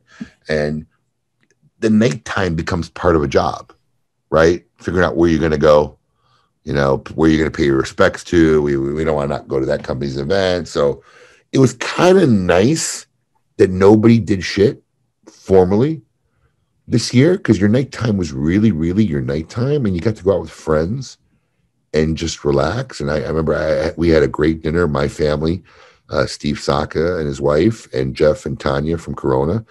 And the kids were there. And it was just a really, really, really good evening. And then we ended up having another dinner with Steve and Cindy a couple of days later. Just by accident, we were going out. We said, we're going here. I said, you go anywhere? Like, no, like, come on, have dinner with us. And so that made it a little bit more fun. And I kind of got a feeling next year it's going to be more of that. I think manufacturers seeing that, hey, we don't have to have these extravagant dinners. The problem is a lot of what's going on at the trade show has always been led by ego. I mean, and I think a lot of them saw, look, we don't have to have these dinners. Some of these guys drop coin on these functions, like serious coin. And they just found out, well, look, we just had an epic show. We took a lot of orders and we didn't take nobody nowhere, you know? And I'm sure there were some private dinners where they took, you know, some of their top accounts and whatnot. But I think that makes it more attractive for me, where I'm not working literally from 8, 9 in the morning till 2 a.m., you know, or 1 a.m. hanging out, doing stuff. So I'll probably go. I'll probably go more out of just nostalgia, and my wife and I will go have a good time. But do I need to go? No. At this point, no. There's nothing I need to go other than just to go have a good time with my wife in 2022. You know, I think that, you know, for where I said, it was really, you know, your original intent going to go in 2020 for Solidarity, seeing you, Jeff, Garofalo, and some of the other people who have either, and those, Jeff's gone every year to my knowledge, and everything, but to see a lot of folks who hadn't gone in years past to come and show, I think it was a huge thing of to say nothing the least of morale. I think it was a huge morale boost to see someone like yourself there. And I know you're a humble guy. You don't think of yourself as such. But I don't. And I get told that a lot. I just don't understand why. I mean, but yeah, you know, I don't realize, or I don't think of the impact and morale wise that me not being there really has. Because for me, it's like, you know, who's really going to notice if I'm not there? But I guess it is noticed, and I guess it is impactful. So, you know, if you want to be an industry leader, you got to be an industry leader. So for me now, it's almost like I look at that as part of my duty to go to the trade show, as long as the trade show exists. But doesn't mean I won't criticize it. It doesn't mean I won't like to see it improve. It doesn't mean I don't want to see them make the changes it should have made, and you know, evolve to become something better, because what it is now is a dying plant. Again, I was really pleased to see you there, and you know, even though you don't necessarily get it, I thought it was a huge morale boost, and the fact that you're considering committing to attending next year has me excited. And I know there's people who are going to be listening to this later that are going to feel that same kind of impact. Yeah, you know, I don't get caught up in that. And it's funny because my wife constantly, whether it be consumers or employees, just kind of pulls me aside. She's like, you know, you got to think about this, because you don't realize, because to me, I'm just going through the motions of life.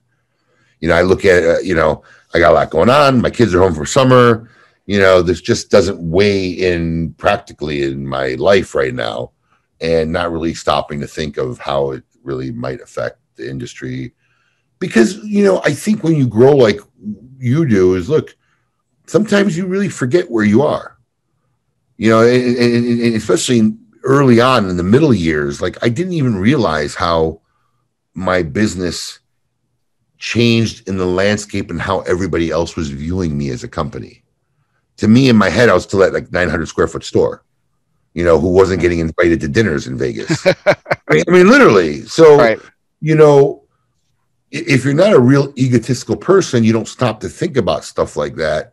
So, yeah, I don't think my self-perception of my business has kind of caught up a lot of times to where we really stand in the industry, because I'm just working and going through the motions, and I sometimes don't stop to think about that, which I should, which is not a good thing.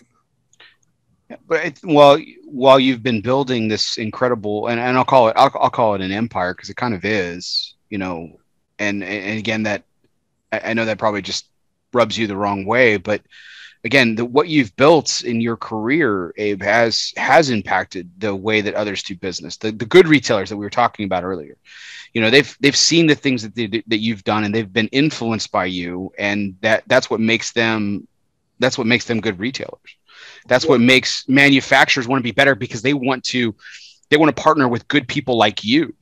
And so the impact that you have and what you've built, it obviously greatly affects you personally because of what you've done personally and the people that work for you directly. And that all is one thing, but the ripple effect that it's created throughout the industry. I mean, I think, I don't know why it would genuinely shock you, but it sounds like it would, to actually see what you've actually accomplished beyond your scope. It doesn't shock me when I look at it, but I just don't think we really I stop to think about it.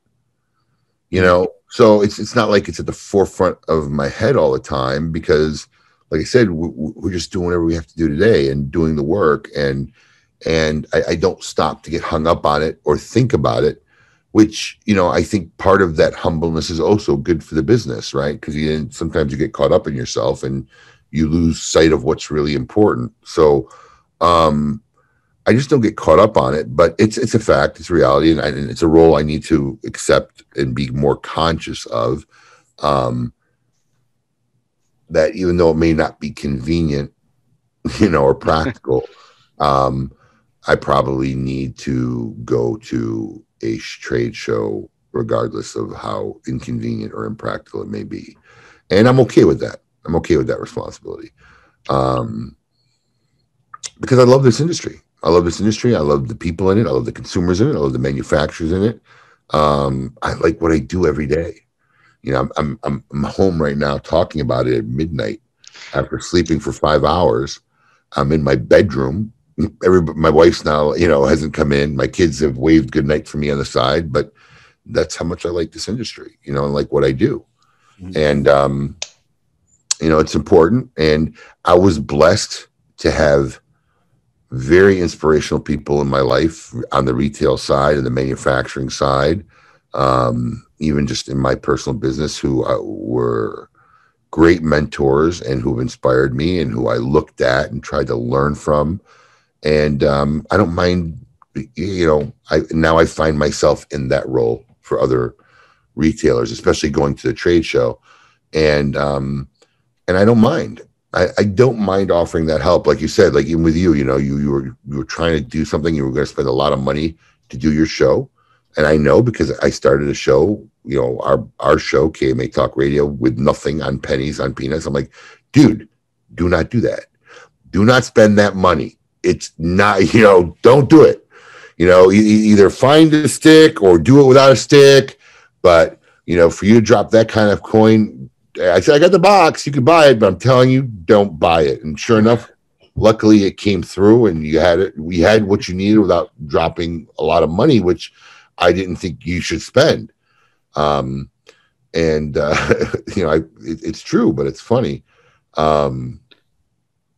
but that's just the way we do things, and we love it, and it worked out. So whether it's guys like you or guys like Kevin, who or even like the sensei Eric and the dojo guys, you know, he's asked my opinion many times, and I've asked his opinion on stuff times, and I think that's what makes our industry great. The majority of the people in this industry have zero issues in being helpful to one another. There's a few psychopaths and a few, introverts that obviously, think that everybody's out to steal or copy them or whatever. But the majority of this industry, which you really don't see across many industries, is very, very helpful and very giving of each other, and really isn't that, catty, I guess is the word, as you might find across other industries.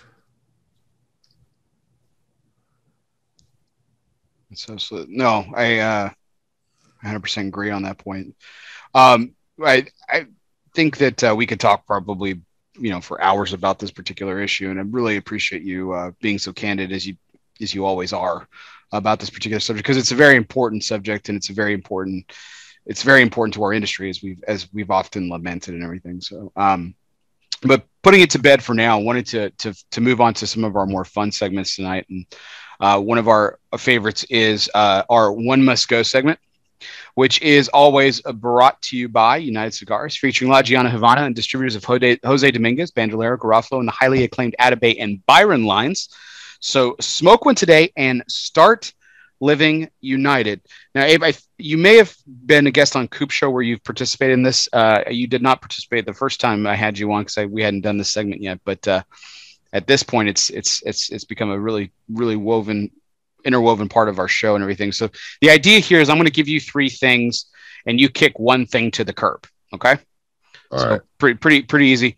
So we're actually going to take a break from cigar. To the curb for what reason? Just don't want it?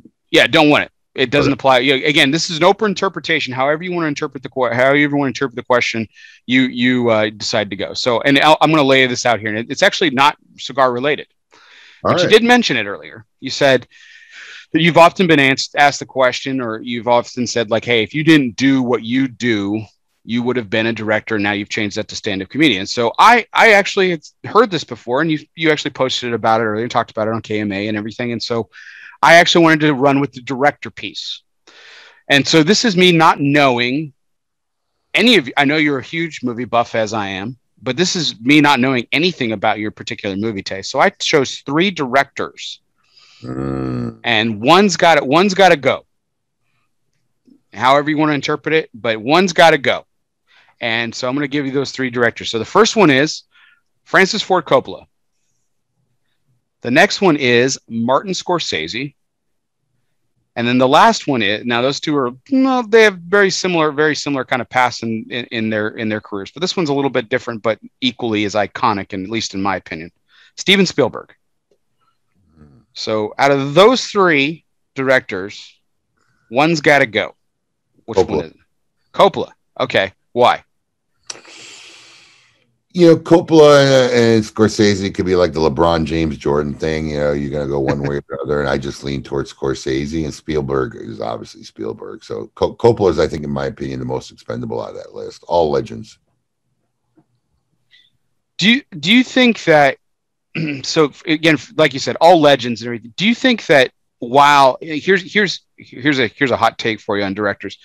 Do you think while Scorsese and Spielberg have really innovated, become more innovative as time has gone by, adopted different technologies, different styles, ventured into different paths away from what they're comfortable with, do you feel like Coppola has really kind of rested on his laurels a little bit? I already know where you're going with that. Yeah, absolutely. I think they've grown more and developed more, and have had their spectrum of what they've dealt with and provided became wider as the years went by, way more than Coppola. So out of those three, really quick, just a funny, well, not funny, but an interesting aside of it, which one has your most favorite movie?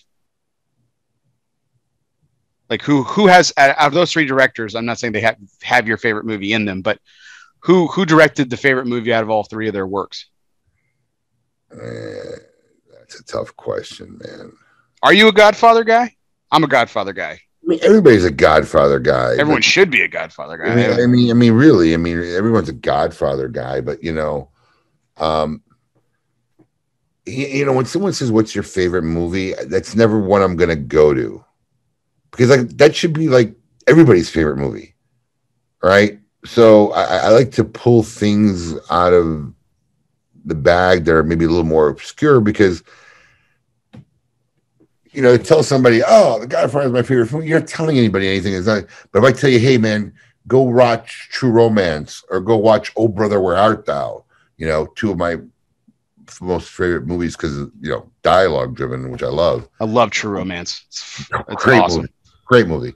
And a lot of people don't know what it is or haven't seen it, whether it be the walk-in scene or the pimp scene with Gary Oldman, probably one of the best pimp scenes in any movie ever.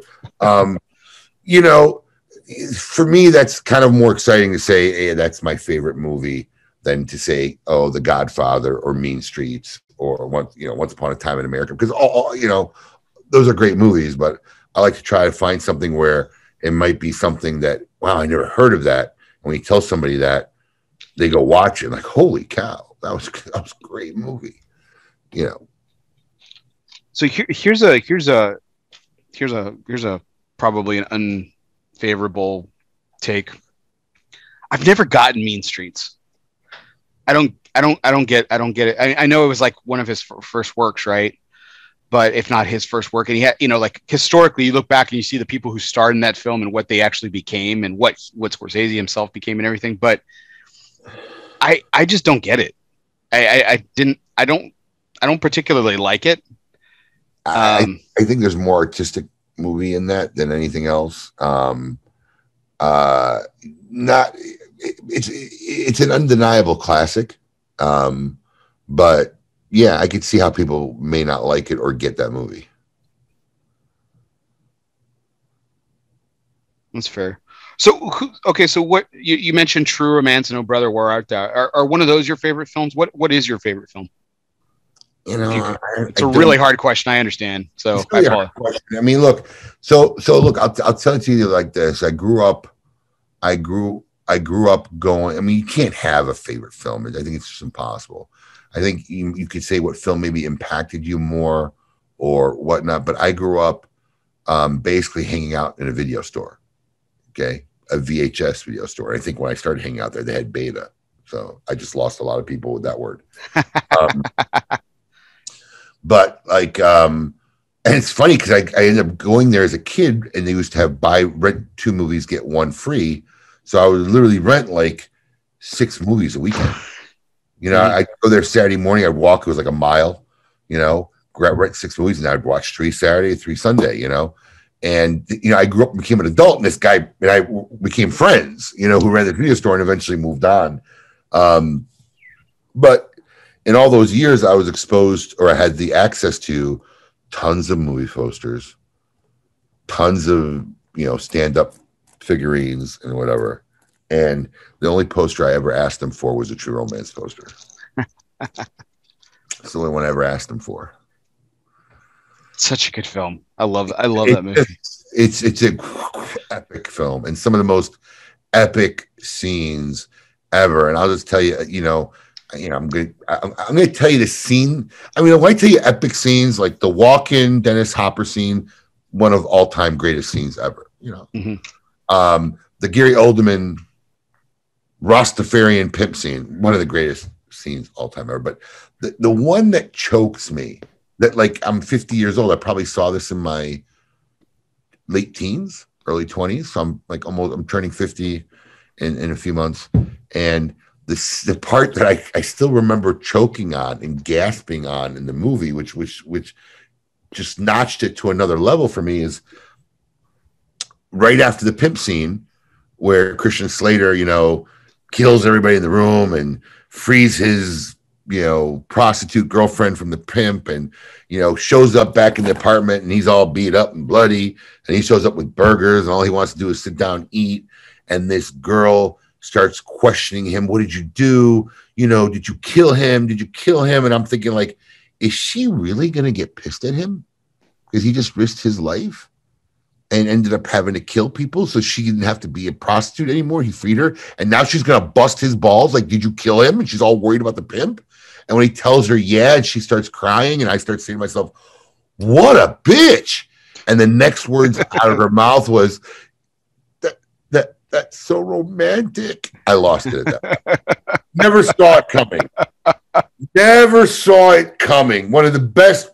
I mean, just because like because I've watched movies, you're good at anticipating how things go, and that was like a guard pulling, and I'm a defensive tackle, and I think I'm sacking the quarterback, and I don't even see the guard coming out of nowhere, and he knocks me 15 yards on my ass. Right? That was like a pulling guard that I didn't see coming, man. It just knocked me on my ass. I'm like, that was the best line ever. And I just remember that line. I think True Romance, I mean, Reservoir Dogs is another classic, but I think True Romance and really honestly, Oh Brother, Where Art Thou? I think at that time I was pirating cable. So like I had all the pay-per-view channels. So Oh Brother, Where Art Thou was like on like 8 channels at once. I think that movie stayed on my TV for 30 days. Perpetually. Like I never changed the channel. Like I came home, it was to the point where like I literally memorized every line in that movie. It was so epically written. You know, the Coen brothers are geniuses as far as I'm concerned. And I literally watched it over and over again. No matter when I came home, whenever I seen it, I just got enamored with it. I would just sit there and watch the rest of the movie. I think I did that for a month. So you know, when you talk about what are your favorite movies, I think those are the ones throughout the course of my. Okay, so I very seldom ever watch a movie more than once. I can count I can count on my hand. Why watch it? The experience of it's gone. So I very, unless it's like a real mind fuck movie or you need to learn something or see it, I don't, you know, if I'm in a room and people are watching, I'll watch it, but never out of my own volition will I watch a movie twice. Very seldom. So when I watch like True Romance multiple times, or I watched Oh Brother, Where Art Thou like for a month, I'd have to say those are probably some of my favorite movies. The Coen Brothers, the movie that I really love is, and I just because you talk about hilarious. Like I'm instant. That one's good too. No, this one's actually probably, you're probably going to hate me for this because a lot of people think I'm just stupid for liking it because it is a stupid film. And so many of the characters are just, they're dumb, but they're written dumb on purpose, right? It's just hilarity and in so many aspects is Burn After Reading. Yeah, not my favorite. It's a good movie. Not my favorite that works. But yeah, that's not one you're going to find a lot of people saying, "Oh yeah, I love that movie." Just the end when J.K. Simmons and the other CIA guy are in the office, and J.K. Simmons is like, "What? Well, you know, they just talk about, you know, spoiler alert, by the way, everybody, like everyone's dead or missing or gone or whatever," and they're like, and J.K. Simmons is like, "Well, what did we learn from all this?" I don't know. I fucking lost it. That's the best part. Sometimes all it takes is that one line. I don't know. That's so romantic, and that makes a movie for you. Well, my favorite line from the movie though is when it's like in the opening 3 minutes, and John Malkovich is getting fired essentially, or being demoted, or however you want to characterize it, and they're like, "Well, you have a drinking problem." And then he's going off on the stage. He's like talking, and he's like, "I have a drinking problem? Fuck you, Peg. You're a Mormon.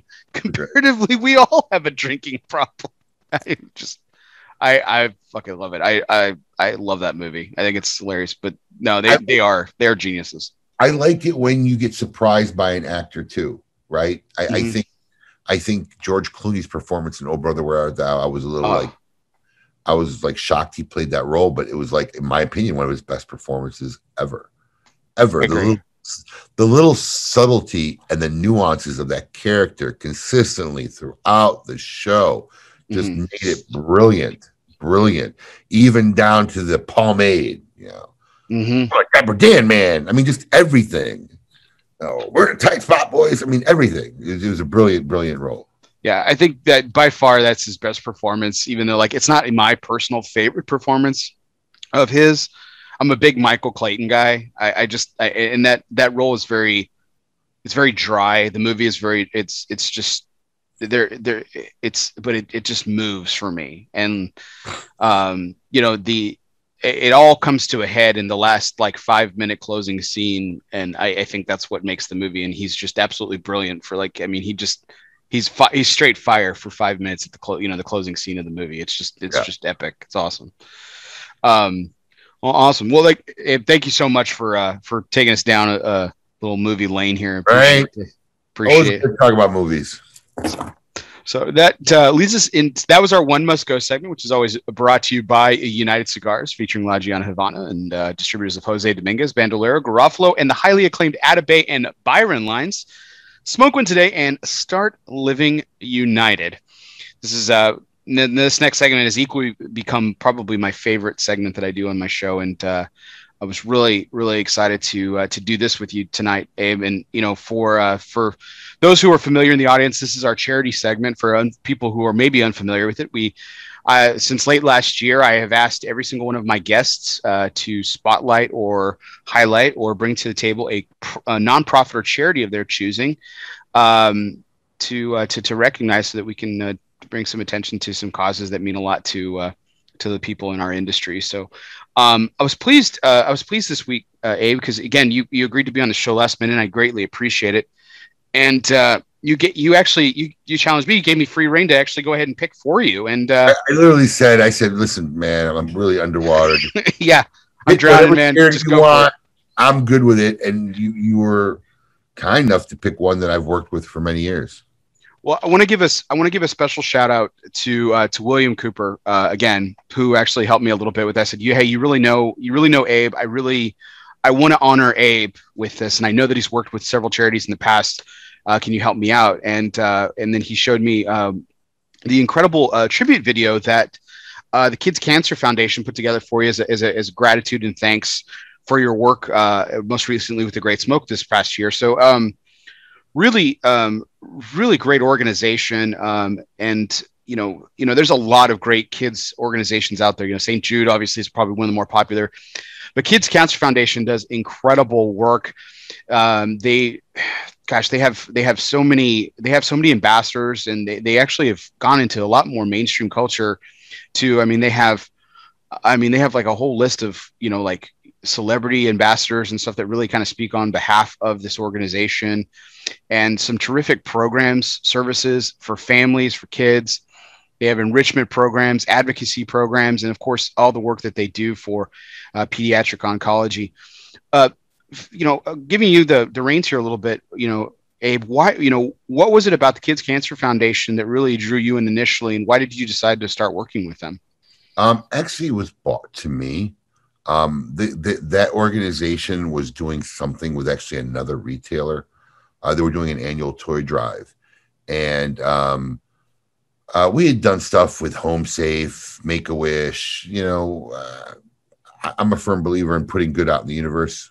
It's what you were supposed to do, leave the universe a better place than you found it. So, you know, doing charitable stuff has always been part of who I am.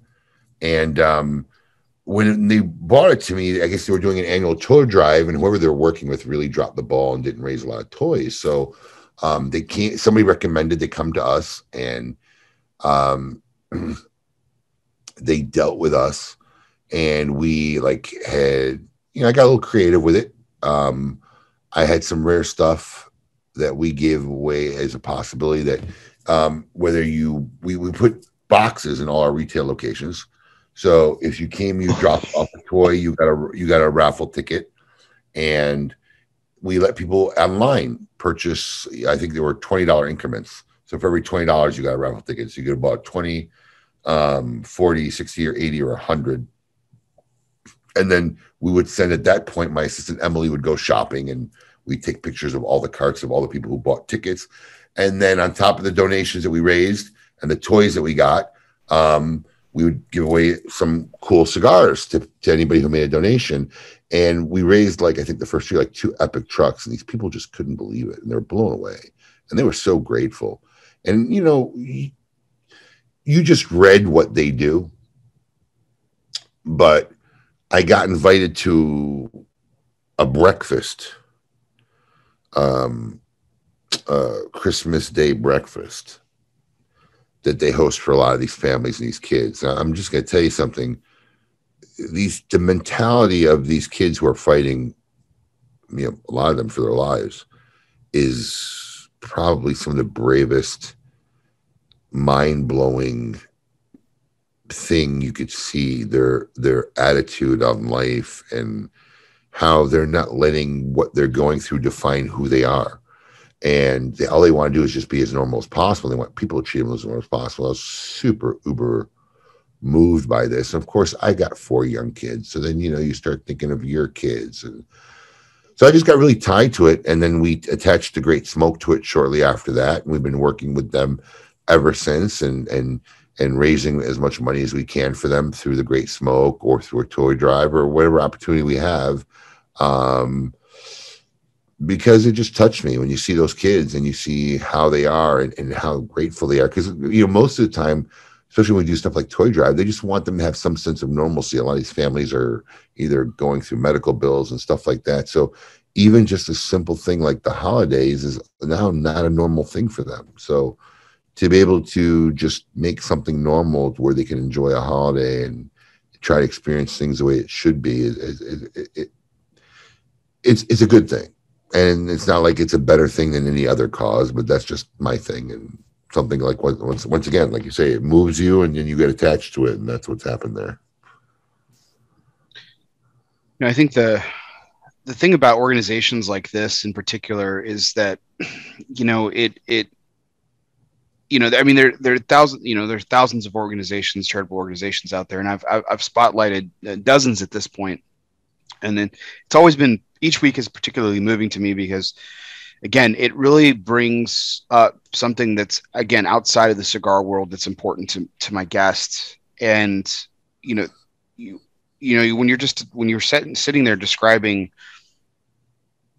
the kids and what they're actually going through. And it's something that we honestly kind of forget too, when we're talking about raising money, especially when it comes to like medical charities, we forget that there's someone on the end of it who's literally, in this case, fighting for their lives. And when you think about children and the two of us being parents, yeah, I mean, it's really, really impactful what the small amount that we do and give does. It is. And it don't take much. I mean, we're not curing anything so especially when we do stuff like our toy drive. I mean, it's not, but it's just, when you see the effects of what those big truckloads of toys does, it's priceless. Let's put it that way. So I put a link to donate in the chat if anyone feels called. I also, if you go back to the ad for tonight's show on my Facebook feed, you can hit the donate button there and donate as well. One thing that I love about the Facebook charities component is if you click and donate via Facebook, 100% of the proceeds, unlike a lot of third party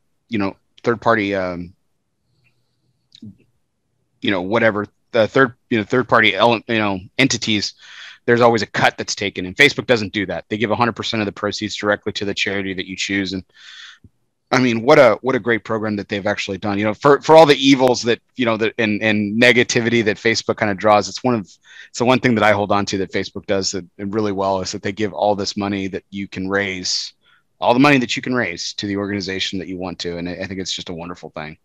Nope. So, I really appreciate you for picking them. It was very kind of you. And, you talked about your promo piece. I saw a promo piece for the show that you did, a little video showing some snippets of me and some snippets of you. And the real question the audience wants to know tonight is, you had this nice groomed and, shaped beard in all the video clips that you've shown, and it's grown into now this, Swiss Family Robinson thing.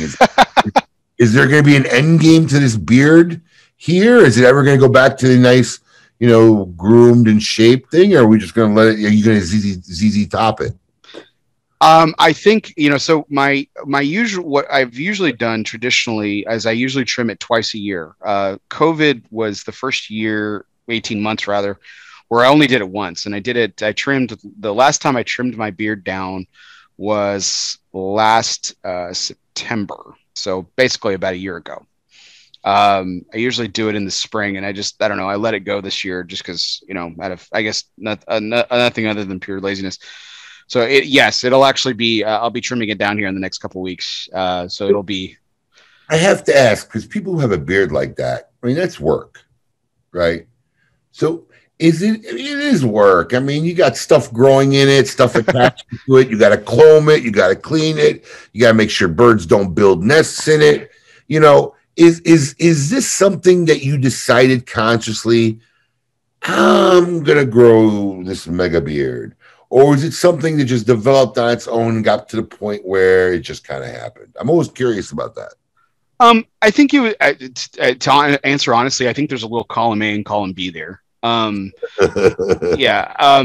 I've had facial hair in some form or fashion since, consistently and constantly, pretty much since I was like 13. I had a chin goatee in middle school because I wanted to, I thought Brett Favre was really cool, and I wanted a chin goatee, and so I grew one out as a 13-year-old boy, and so I did sideburns for a while. I think it just got to be laziness because I started shaving. Crazy to believe, but I started shaving at 10 years old. I mean, the peach fuzz was just like out of control. It looked like I had a beard at 10 years old, and it was just all peach fuzz.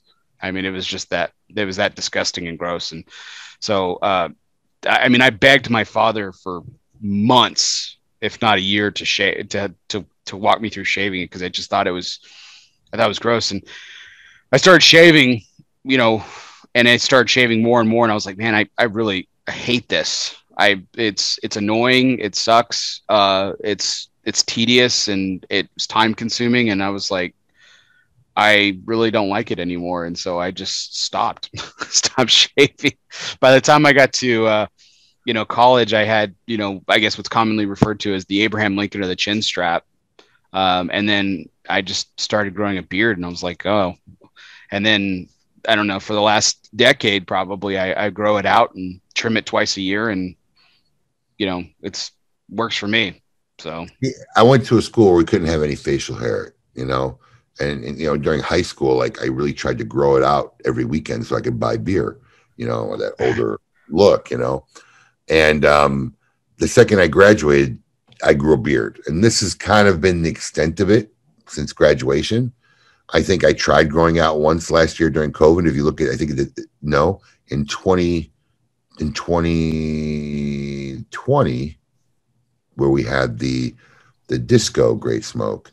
If you look at my intro videos, you'll see my beard maybe be like an inch, 3/4 of an inch fuzz going on. And that's probably the most I ever let it get to. And I just couldn't. I look at you guys like you and Kevin. I'm like, I feel like I need to charge it rent. Like it's another entity living on me. It just seems like it'd be too much to carry around all the time. My thing got 3/4. I couldn't take it anymore. And I found myself playing with it all. Oh, I play with it constantly. All day long. And I just, nope. I ended up, this is about as thick as I'll let it go, where it's tolerable. Yeah, I can't. I haven't been clean shaven. I shaved the last time I was completely clean shaven was for my senior portraits, my high school year, because my mother asked me / made me. So wow. But after that, I refused to. In fact, my mother asked me if I was going to shave for my wedding, and my wife, before I could answer no, I was actually going to tell her no. My wife, my fiance at the time, said, if he shaves, I'm not walking down the aisle. And I knew I had a winner. So there you go. But but yeah, I'll be probably trimming it down in the next couple of weeks. It's like 103 degrees right now, and yeah, it's a little hot. So I'll definitely be taking it down here for yeah, that's gotta be real warm. Yeah, it gets a little warm for sure. But a lot of people always ask me like, what's your beard regimen? Like, what do you do? How do you clean? I'm like, well, I wash it. I bathe regularly. So, I wash it, but I don't do a lot of beard oils. I don't do a lot of beard balms. I just think it's, to me, it's unnecessary if you've got a good beard. I'm not trying to be arrogant there, but I just let it do its thing. And, oh yeah, that's good beard. you got like a good beard. Well, thank you. I appreciate it. But there is a threshold that you're talking about, that point, like you were talking about, like a 3 inches of like, you're like, oh God, and you just go back to it. You have to push through, man. It is an absolute threshold where like, I have a lot of my friends were like, oh, it's so itchy. And I'm like, you have to push through it, man. You just have to get through it. If you get through it, it's not as itchy anymore. Like it's not itchy now. When I trim it down, it'll actually be itchy just because, anytime you get a haircut of any kind, even there's that itchiness and stuff. How long have you been shaving your head though? So it's a funny story. I started losing my hair early, like in college. So I think like in my early 20s, probably 22-ish, maybe 3-ish, maybe this time, 22-ish. I actually joined, and I'm going to date myself here. I'm going to lose half of the audience again. The Hair Club for Men, Cy Sperling.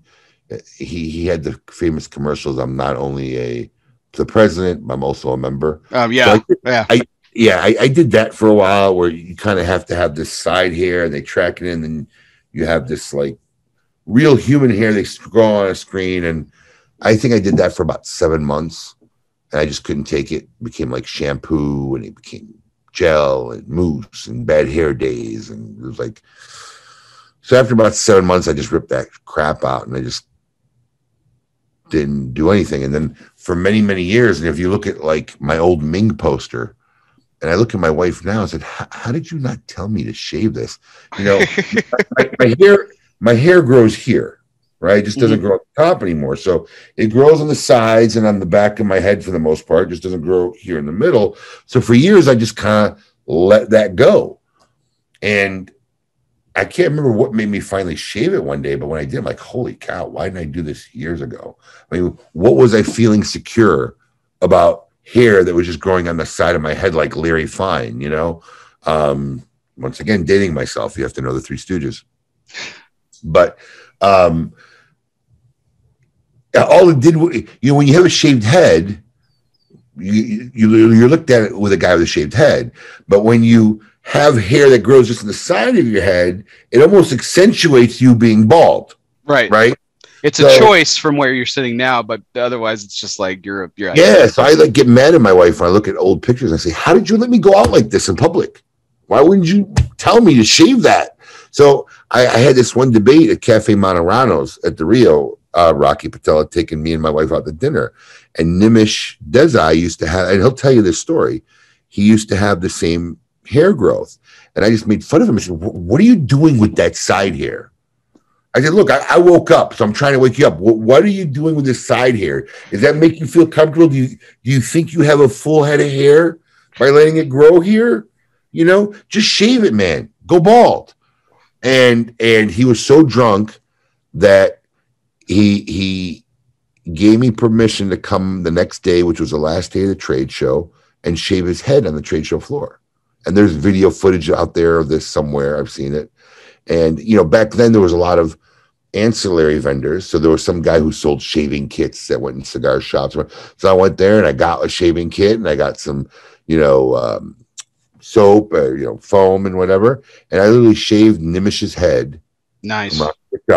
On the trade show floor. And till this day, he is now wearing his head completely shaved and bald. And you can ask him. If it wasn't for me, he'd still be looking like a goofball.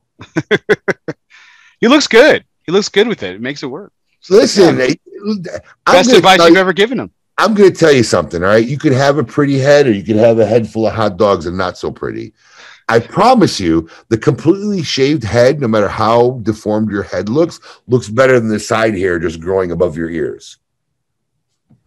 That look doesn't work for anybody. Yeah, it took my dad till about 75 to start doing it, and because he was just tired of going to get haircuts, and I was like, yeah, bravo, Dad, good job. So,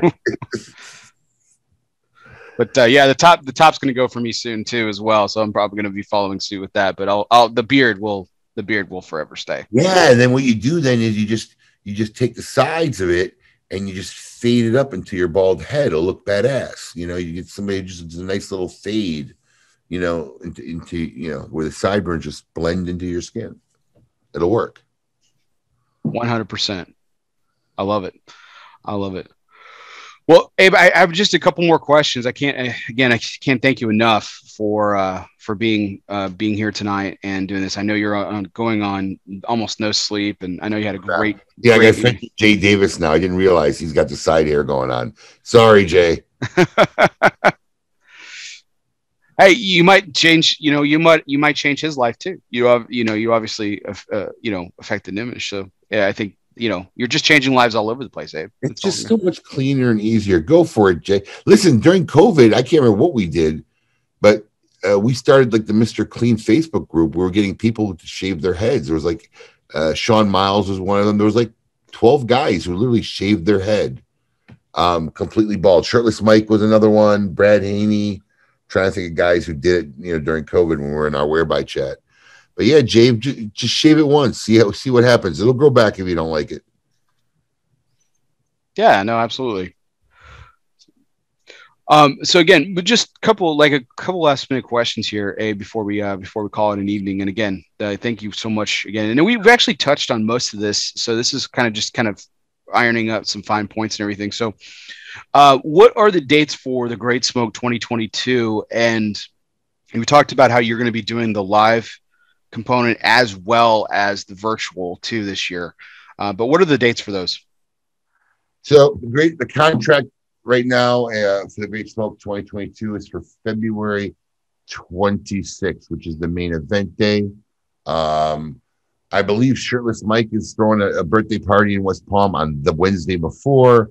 Then Thursday, the Great Smoke kind of really officially starts. We'll have a cigar vendor event at one of our locations. And then Friday, there's going to be the RML dinner, which, of course, the pre-event dinner, which is hosted by the Red Meat Lovers Club, which, of course, has been announced that Steve Saka of Dunbarton Tobacco and Trust will be our honorary guest at this year's Red Meat Lovers Club. And those who attend... Another guy who looks good bald. Just putting it out there. Yes, he does. And in fact, he gave me advice on how to shave my head when I was trying to figure out the best way to get a good clean shave. Steve is going to be the honorary guest, and he announced during one of our virtual events we had with him a few weeks ago that he is working on a special variation of the world famous Red Meat Lovers Club cigar called the Beef Stick. And those who attend the pre-event dinner at the Great Smoke will be pretty much the only people in the country, or that's what will be given out first. Let's put it that way. Whether he'll make them available for anybody else, I really don't know yet. I just found out about it during our live broadcast event. And then Saturday's the main event, and Sunday's the ending brunch. So it will be a virtual and live event. I mean, at this point, it's going to be live in case something insane happens and doesn't allow us. But we will have a live event, so people at home can participate. I believe Michael Herklotz will be hosting again with me. As always, extremely talented and industry, as far as I'm concerned, great. And we will have one studio set that's about 100 yards away from where the main event's happening, and there'll be certain virtual shows that will happen, and then correspondence taken live. So people at home can see when some things are going on live, some shows, whether it be interviews with the manufacturers on the floor, consumers, what's going on the stage, and then back to the studio. So at home, you'll be able to have a little studio experience and also interact with what's going on live and see what's going on live. If you're at the Great Smoke, you'll be there live. We will also have a very limited spacing of, I think, about 50 or 40 seats where you could buy ancillary tickets. And if you want to leave the venue, I think there's going to be we haven't figured out all the logistics, but we have an outline. I think it's going to be 4 20 to 30 minute virtual segments, maybe 4 20-minute segments that will be a studio presentation, and the rest of it will then be transferred to the field, where Mike will then talk with somebody on the field who's interacting or something's going up on the stage. But if you're there physically, there'll be tickets for a very nominal fee that you could get on a trolley and ride 100 yards to where the studio is. And if you're there live, you could watch the virtual components. So we're going to have shit going left and right and left and right all day long. And if we pull this off, I think it's going to be badass. Well, I think there's nobody in the world that doesn't think you're going to be able to pull it off, Abe, considering what you pulled off last year. It's funny though. So you mentioned Michael Herklots co-hosting, and he and tie this all together in a little bow here. But 17 months ago when you debuted on ELOSOFUMARTAKES as my guest, that's basically that day. It was I believe March 23rd. COVID had just started. We had just started seeing, like, we just started hearing the terms that have unfortunately become part of like our everyday nomenclature. Social distancing, things like that. Corona, the Rona, all the slang terms that have developed over the last 18 months and everything. And you talked very candidly on the show that you knew that you were going to be doing certain things, but you didn't know what was going to happen. And here we are, still, 17 months later, still feeling the effects even after post-vaccine and things like that are just and we're there's a couple steps back now being taken in a lot of states where mask ordinances are back and things like that. And but where Michael Herklots comes into this is, Michael said this several times, and he's at the trade show a few weeks ago, and I've heard him say it on a couple of interviews as well, that a lot of people are talking about getting back to normal, getting back to pre-COVID and everything like that, and he's very adamant that that is the wrong mentality to have. He says if COVID never happens, there's no business person on the planet that ever says, "Hey, I want to go back to 2 years ago," or "I want to go back to a year ago." Why should COVID affect that mentality whatsoever? Are you under the same kind of mentality? Do you feel like that in a lot of ways, well, there's been a lot of hardship and trying times that there's too much positive on the horizon to go back and say, yeah, let's go back to the way things were? So look, it just depends what angle you're talking about, right? So I think Michael's referring to a business mentality.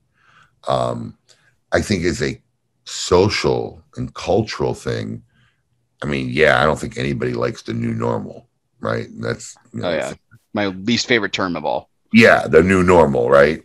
I mean, we'll talk about an oxymoron, right? The new normal. But yeah, I mean, I think there's a whole thing going on now with our kids are going back to school. The governor of our state has mandated that schools cannot make kids wear masks. That stuff's over. There'll be no more mandates in the state of Florida. The Palm Beach School Board, as of what's today? Sunday? Yeah, let's track the days. Sorry. The school board, as of Friday's position was they highly recommend you wear masks, but they weren't going to go against the governor, make it mandatory, make it a mandate.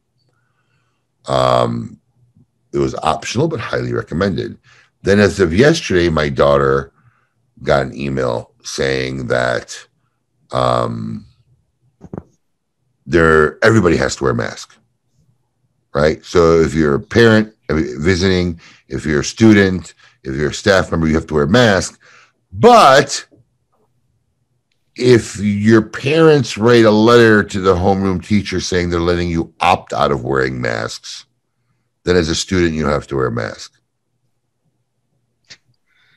So it is optional. It's not, but it is. I mean, seriously. So all you did was just make fuckery to make it harder for kids who don't want to wear masks and parents who are all right with it. And my daughter asked us to write her a letter because she doesn't want to wear a mask to school. And I'm sure there's going to be a dynamic of kids who don't wear masks and kids who wear masks. So I'm not looking forward to whatever side of the fence that bullshit lands on, for kids. I mean, they should be just focusing on school instead they're going to be focusing on a lot of other bullshit. So yeah, that part I kind of would like to see go back to normal. But I don't look at anything business-wise as going back to normal. I've been good in my career not trying to look at the rearview mirror too much. Kind of like to look forward no matter where we're at. Sometimes the road veers right, and sometimes the road veers left, and looking in the rearview mirror doesn't do any good. You need to look out on the horizon and figure out where you want to be and where you want to go. So I don't have that kind of mentality when it comes to my business. I think COVID has made me more innovative. I think it's inspired me. I think there was a lot of things that I wouldn't be doing today if it wasn't for COVID. I wouldn't have even thought of doing if it wasn't for COVID. And I think it's kind of re-energized me. I was telling somebody late last year, I feel like I just got into business again, 25 years ago. I mean, literally, it's like it's a whole new organism. And it's cool and it's fun and we're enjoying the ride. So yeah, I don't understand that mentality, but most people don't like change because change requires change, whether it be how you attack it, how you look at it, how you interpret it. And me or my team have never had that kind of mentality. We just like to look forward from where we're at the moment and look and see which way we want to go and where we want to land if we take a jump at something. So that's kind of how we look at it. To say we want to go back to before COVID and business is ridiculous. There's one other, this will be my last question before our curveball segment here, Abe. So this is a question I've always wanted to ask someone as successful as you in retail. And I'm not going to be so petty as to ask you to name names because that's not really what this is about. It's just about the price of doing business is kind of where I'm kind of going with this. As a very successful retailer, and are there manufacturers that you have to do business with that make it harder to do business? And are there times that you're able to make that decision as a successful business owner to say, I don't have to deal with that pain anymore? I don't have to deal with anybody that I don't want to deal with. I don't think if you're a good retailer, you should ever be put in that position. I have stopped selling people's brands based on either I didn't like their business philosophy, their business methods, their ethics, whatever it may have been.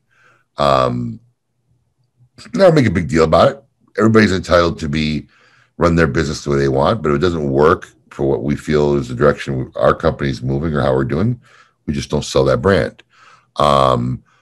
I know there are companies who haven't sold certain brands that you say, oh, how can you not have that brand over personal reasons or issues? And they weren't phased. So not carrying a brand really, if you're a decent retailer, isn't making or breaking you as a business.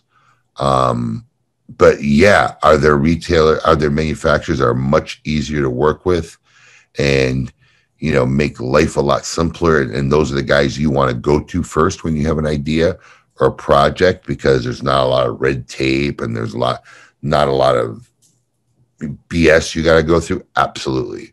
Are there manufacturers who just don't get it and don't realize the opportunities they miss because their inability to make a decision deters people from wanting to do stuff with them? Absolutely. We have our Connoisseur Club program, which is another idea that came out of COVID, literally. Mm-hmm. I mean, I think we were in our whereby room when I talked about, I got an idea. I think I'm going to try to put this together, which is really great. We've commissioned manufacturers to make cigars exclusively for our group, because there is no such thing as a cigar club who's finding you rare and limited things, 5 every month. It's all bullshit. Ask anybody who knows anything about this business. No one's making 5 new cigar blends every month. It doesn't happen. That's people who just don't really understand the business and are getting preyed upon, right? So the majority of the trade show, I walked around. One of my jobs is I took a fuller and I booked our Connoisseur Club. We asked these manufacturers to make cigars for us. And for a small group, we only have 500 members, and it's not even full to capacity. And then they get these cigars with no markings. They don't know which company made them. They smoke them, and they go through an experience of writing down what they thought, what they rate it. And then 30 days later, they find out who made it. But these are strictly, if you want to smoke unique things that don't exist in the real market, this is the club for you, because these blends are made exclusively for this group. So I spent the whole trade show, and I think I made a post. I showed the blurred out sheet, filling up all of 2022 in July, all the way through December of 2022 in July. That's how much time is needed for real production. And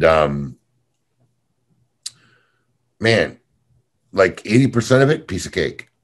You ask, sure, what months can we do it? Yeah, I have all this available. And then the last 15, 20% takes 5 times longer than it took you to get the first 80%, because no one can make a decision. No one wants to make a decision, or every decision becomes like, I got to ask 20 people to find out if we can or can't do this. It's literally insane how some of these companies function. I'm like, man, how do you guys decide on anything? It's like, what a process.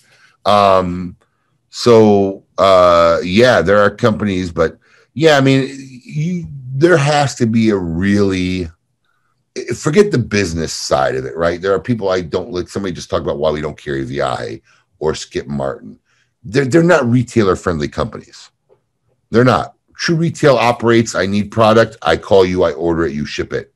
Not that you make something once every 16 weeks, and when you happen to have it, you may send it, or you make it based on my order and I get it 4 months later. Or you just send me an order, or you say, this is what we're sending you and you want it or don't want it. That's not retailer friendly. That's not how retail runs, and that model doesn't work for us. But yeah, I think there's been 1 or 2 lines over the years that I've had like an issue with, and there's no reason for me to deal with them, no matter how good the brand is. If I have an issue with it, whether it's be philosophically, ethically, or personally, we just stop carrying a brand. But that's like, I think, happened twice in 25 years. So, okay, that was going to be my next question. Then, have you felt like you've really missed out or missed the boat on something because of one reason or another? No, I don't feel like I missed the boat on anything, because look, everybody needs to have a home.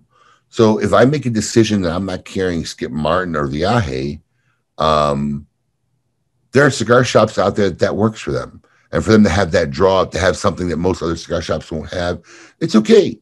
They're entitled to have it too. You can't try to gobble up everything and be everything, you know. Mm-hmm. It's all right. Some people need that Viaje or Roma on their shelves. You know, we don't really need it as an organization. Could I sell it? Probably. But I don't want to suffer with slotting stuff that's going to be empty 3 months, or when we need it, you know, there's production can't handle the thing. And it's just they're not retailer friendly companies in how they're run. You know, it's not really how retail is meant to be done. It's more like a subscription service model than it is retail. So for us, it doesn't work. And, you know, I don't feel like I miss out. I feel like we do what we do. And those brands are just meant for other homes, and better homes that better suit them. So you mentioned Connaisseur Club, and I'm glad we got to touch on it a little bit. You said it's not a capacity now. So can people join Connaisseur Club right now? Yeah, we have openings. And one of the reasons why we haven't strongly marketed it, if you look at it in the first 6 months, and even the current video up is wrong now, because we tell you, we give you the reveal 2 weeks later, and it's not, it's 30 days later. And then there's, in the video on the homepage, you see me handwriting notes, and now it's all digital. You can actually smoke the cigar and log in and write your notes down while you smoke it, and save it digitally and print it out if you want, and put it in a folder we sent you. So we, like I said, it came up during COVID. I worked on it. We had to do a special program, and then we launched it in January. So we spent the first 6 months tweaking a lot of the digital components. When we originally started the club, we didn't even have bands ready. So we're literally just putting labels. Now they come with Connaisseur Club bands, numbered 1 through 5, nice looking bands. So it's evolved. And I think towards the end of this year, you'll see us a hard push to fill up probably, I think, the remaining 60 or 80 spots that are still open in the club, and just kind of highlight the new features and how it's working in the library. And plus, we'll be doing an awards at the end of the year for the manufacturers. You know, the top 3 guys who made a Connaisseur Club cigar this year and achieved the top overall scores. And, you know, we might have honorable mention. We haven't quite ironed it all out, but no, you can go to smoking.com homepage. There's Connaisseur Club. Yeah, I just put the link in the chat too. Yep, so there's a little video there. You can watch it, and like, it bills on the 15th and ships on the 15th. So it's August, 8th, 7th. Mm-hmm. So if you order today, you'll get July's Connaisseur Club, which billed on July 15th. And then on August 14th. So the nice thing is, you know, like you say, like we have these manufacturers make the cigars for us, but then we also require them to make a video. I don't want to tell a story. Let them tell the story of what they made and why, which is another. Look, the whole thing, whether it be our micro blend series or Connaisseur Club, I always want it to be transparent, right? Because there's a lot of people who play games in this industry, and they take advantage of, especially mostly new people in the industry who don't understand it or the real dynamics of it, and they get sold, you know, stories. But like my first micro blend project, and anybody who's followed us over the years and knows, and probably historically will go down as the greatest, and I'll say this, and I'll say it confidently, the greatest single store release ever in the history of the cigar industry was Tatuaje Anarchy with Pete Johnson.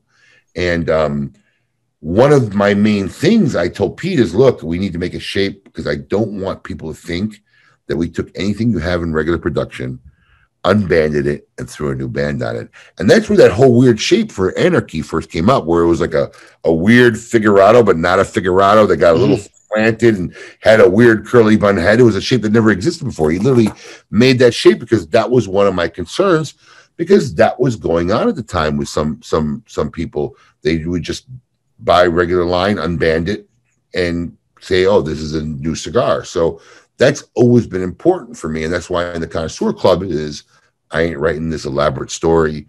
I ain't doing this whole thing. We ask the manufacturers to actually tell you themselves what they did and why that cigar, you know, they chose to make that cigar for the club. And that reveals on the 14th of the month. So nice.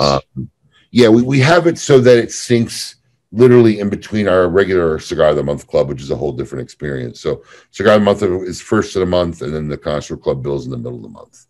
So, but once again, that was innovative and something directly caused during COVID. It's a great program, and it's something that I mean, for a cigar geeks and nerds, I totally combined the words, geeks and nerds out there, I think it's a fantastic exercise that, you know, that you should take part in. And so I think that's a really great exercise and everything. Well, this is my last question tonight. And again, I can't thank you enough for all the time that you've given me. My pleasure, buddy. So here's my curveball question of the night. Now, we kind of touched on this a little bit earlier, but I wanted to I gave you the dictatorship power of PCA for an entire year. And now I'm going to give you the power for 1 point and 1 point only. Okay. And this is our curveball segment, which is always sponsored by Dunbarton Tobacco and Trust. Fastballs or curveballs, it doesn't matter. Since the company's inception, Steve Saka has been knocking them out of the park 6 consecutive years in the consensus top 3. Yep. I looked it up, and I even got fact checked by William Cooper himself. So 6 consecutive years. So here's the curveball question here, Abe. You get one. You get one and one only. The PCA comes to you and says, what's the one thing we got to do? The one thing we got to do, and you have to do it. You're going to tell them to do what for the year, the upcoming year, 2022? What's PCA got to do according to Abe Dababneh? I'm sorry. 1 second.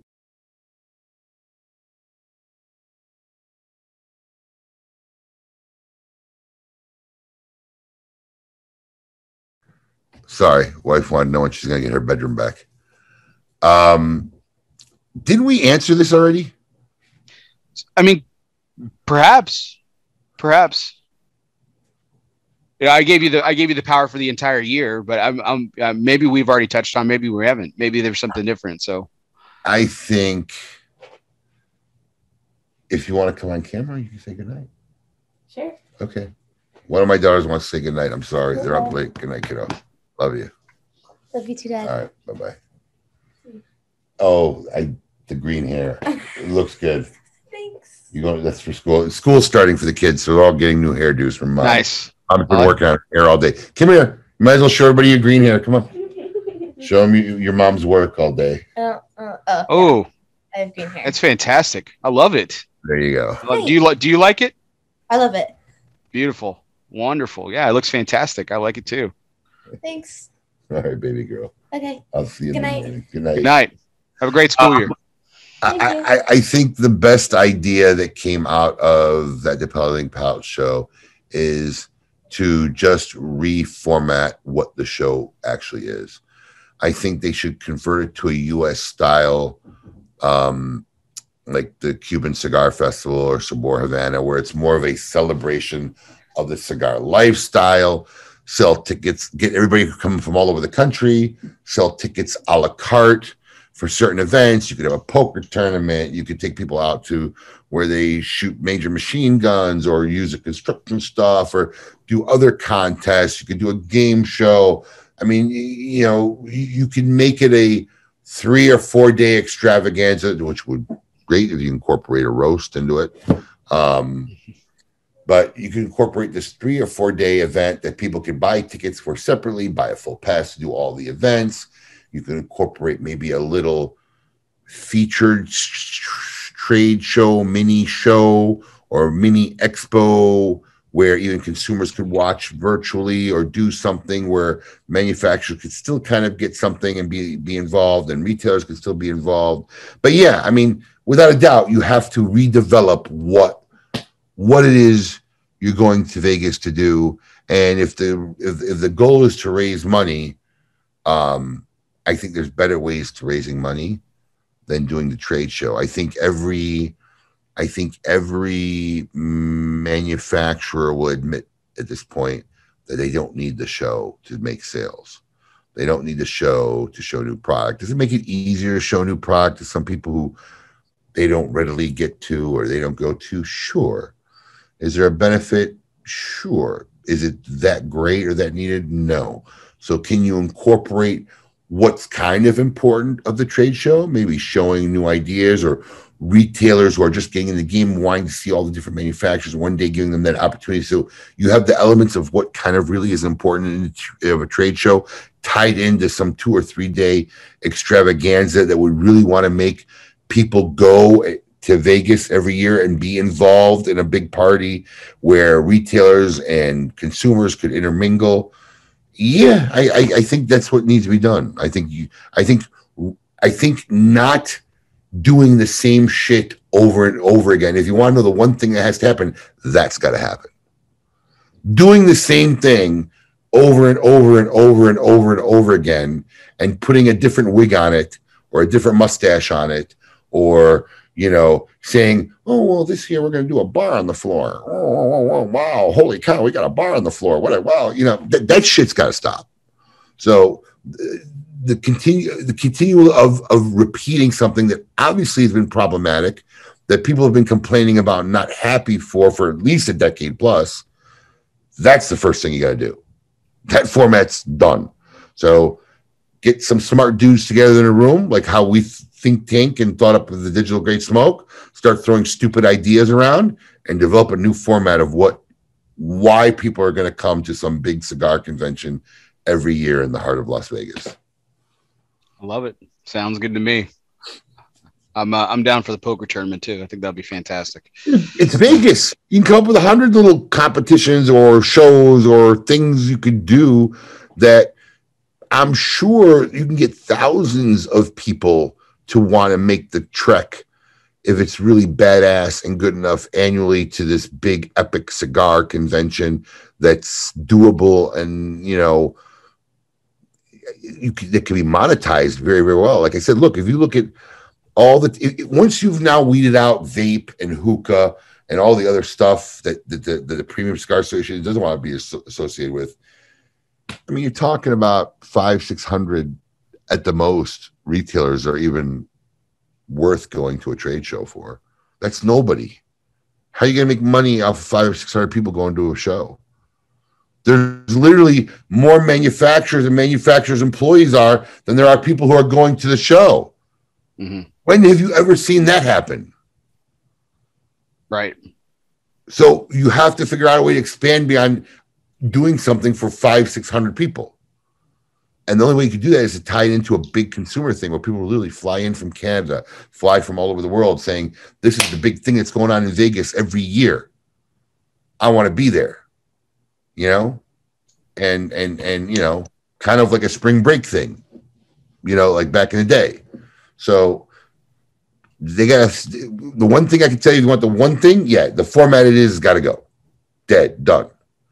You can take the good parts of that, incorporate it in something cooler, bigger, better, but its current state, never happening again. There it is. You're the first. And then you got guys like Jay Davis who always wants to look at everything. No, when it's 120 degrees, Jay, we'll figure it out, man. No one says you got to figure it all out right now. But see, I like being positive. I think if you stay positive and say, well, what can we do? Look, I even try to tell my staff, don't ever tell a customer what you can't do. If you start a sentence saying, I can't, you're already failing. It's such a bad way to talk to somebody. Even if you can't do what they're asking for it, try to start a sentence with, well, you know what I can do for you? It's just such a better way to live, right? Mm-hmm. Instead of telling somebody what you can't do. I love it. I love it. Abe, again, thank you so much. Really appreciate it. To our audience, thank you so much for tuning in as well. This was a fantastic take. Really excited to have you on, Abe, again sometime in the future. I know our discussions will always be terrific, and this one was definitely so. So, treat for our audience, and sure. So, speaking of our audience, you can always tune in later on YouTube. Our YouTube channel is ELOSOFUMAR.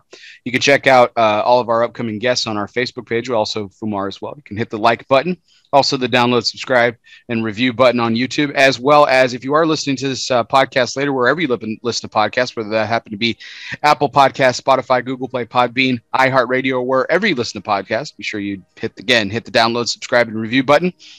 If you already are a subscriber, please do me a favor, hit the unsubscribe button, but please don't forget to resubscribe because that really helps my numbers, so I can continue to get great guests like our guest this evening, Mr. Abe Dababneh. And for everyone out there, this was our 179th take. As always, I'm Barry Duplessis, live from the Alec Bradley Lone Star Studios of Euless, Texas. Guess what, everybody? We'll see you next time.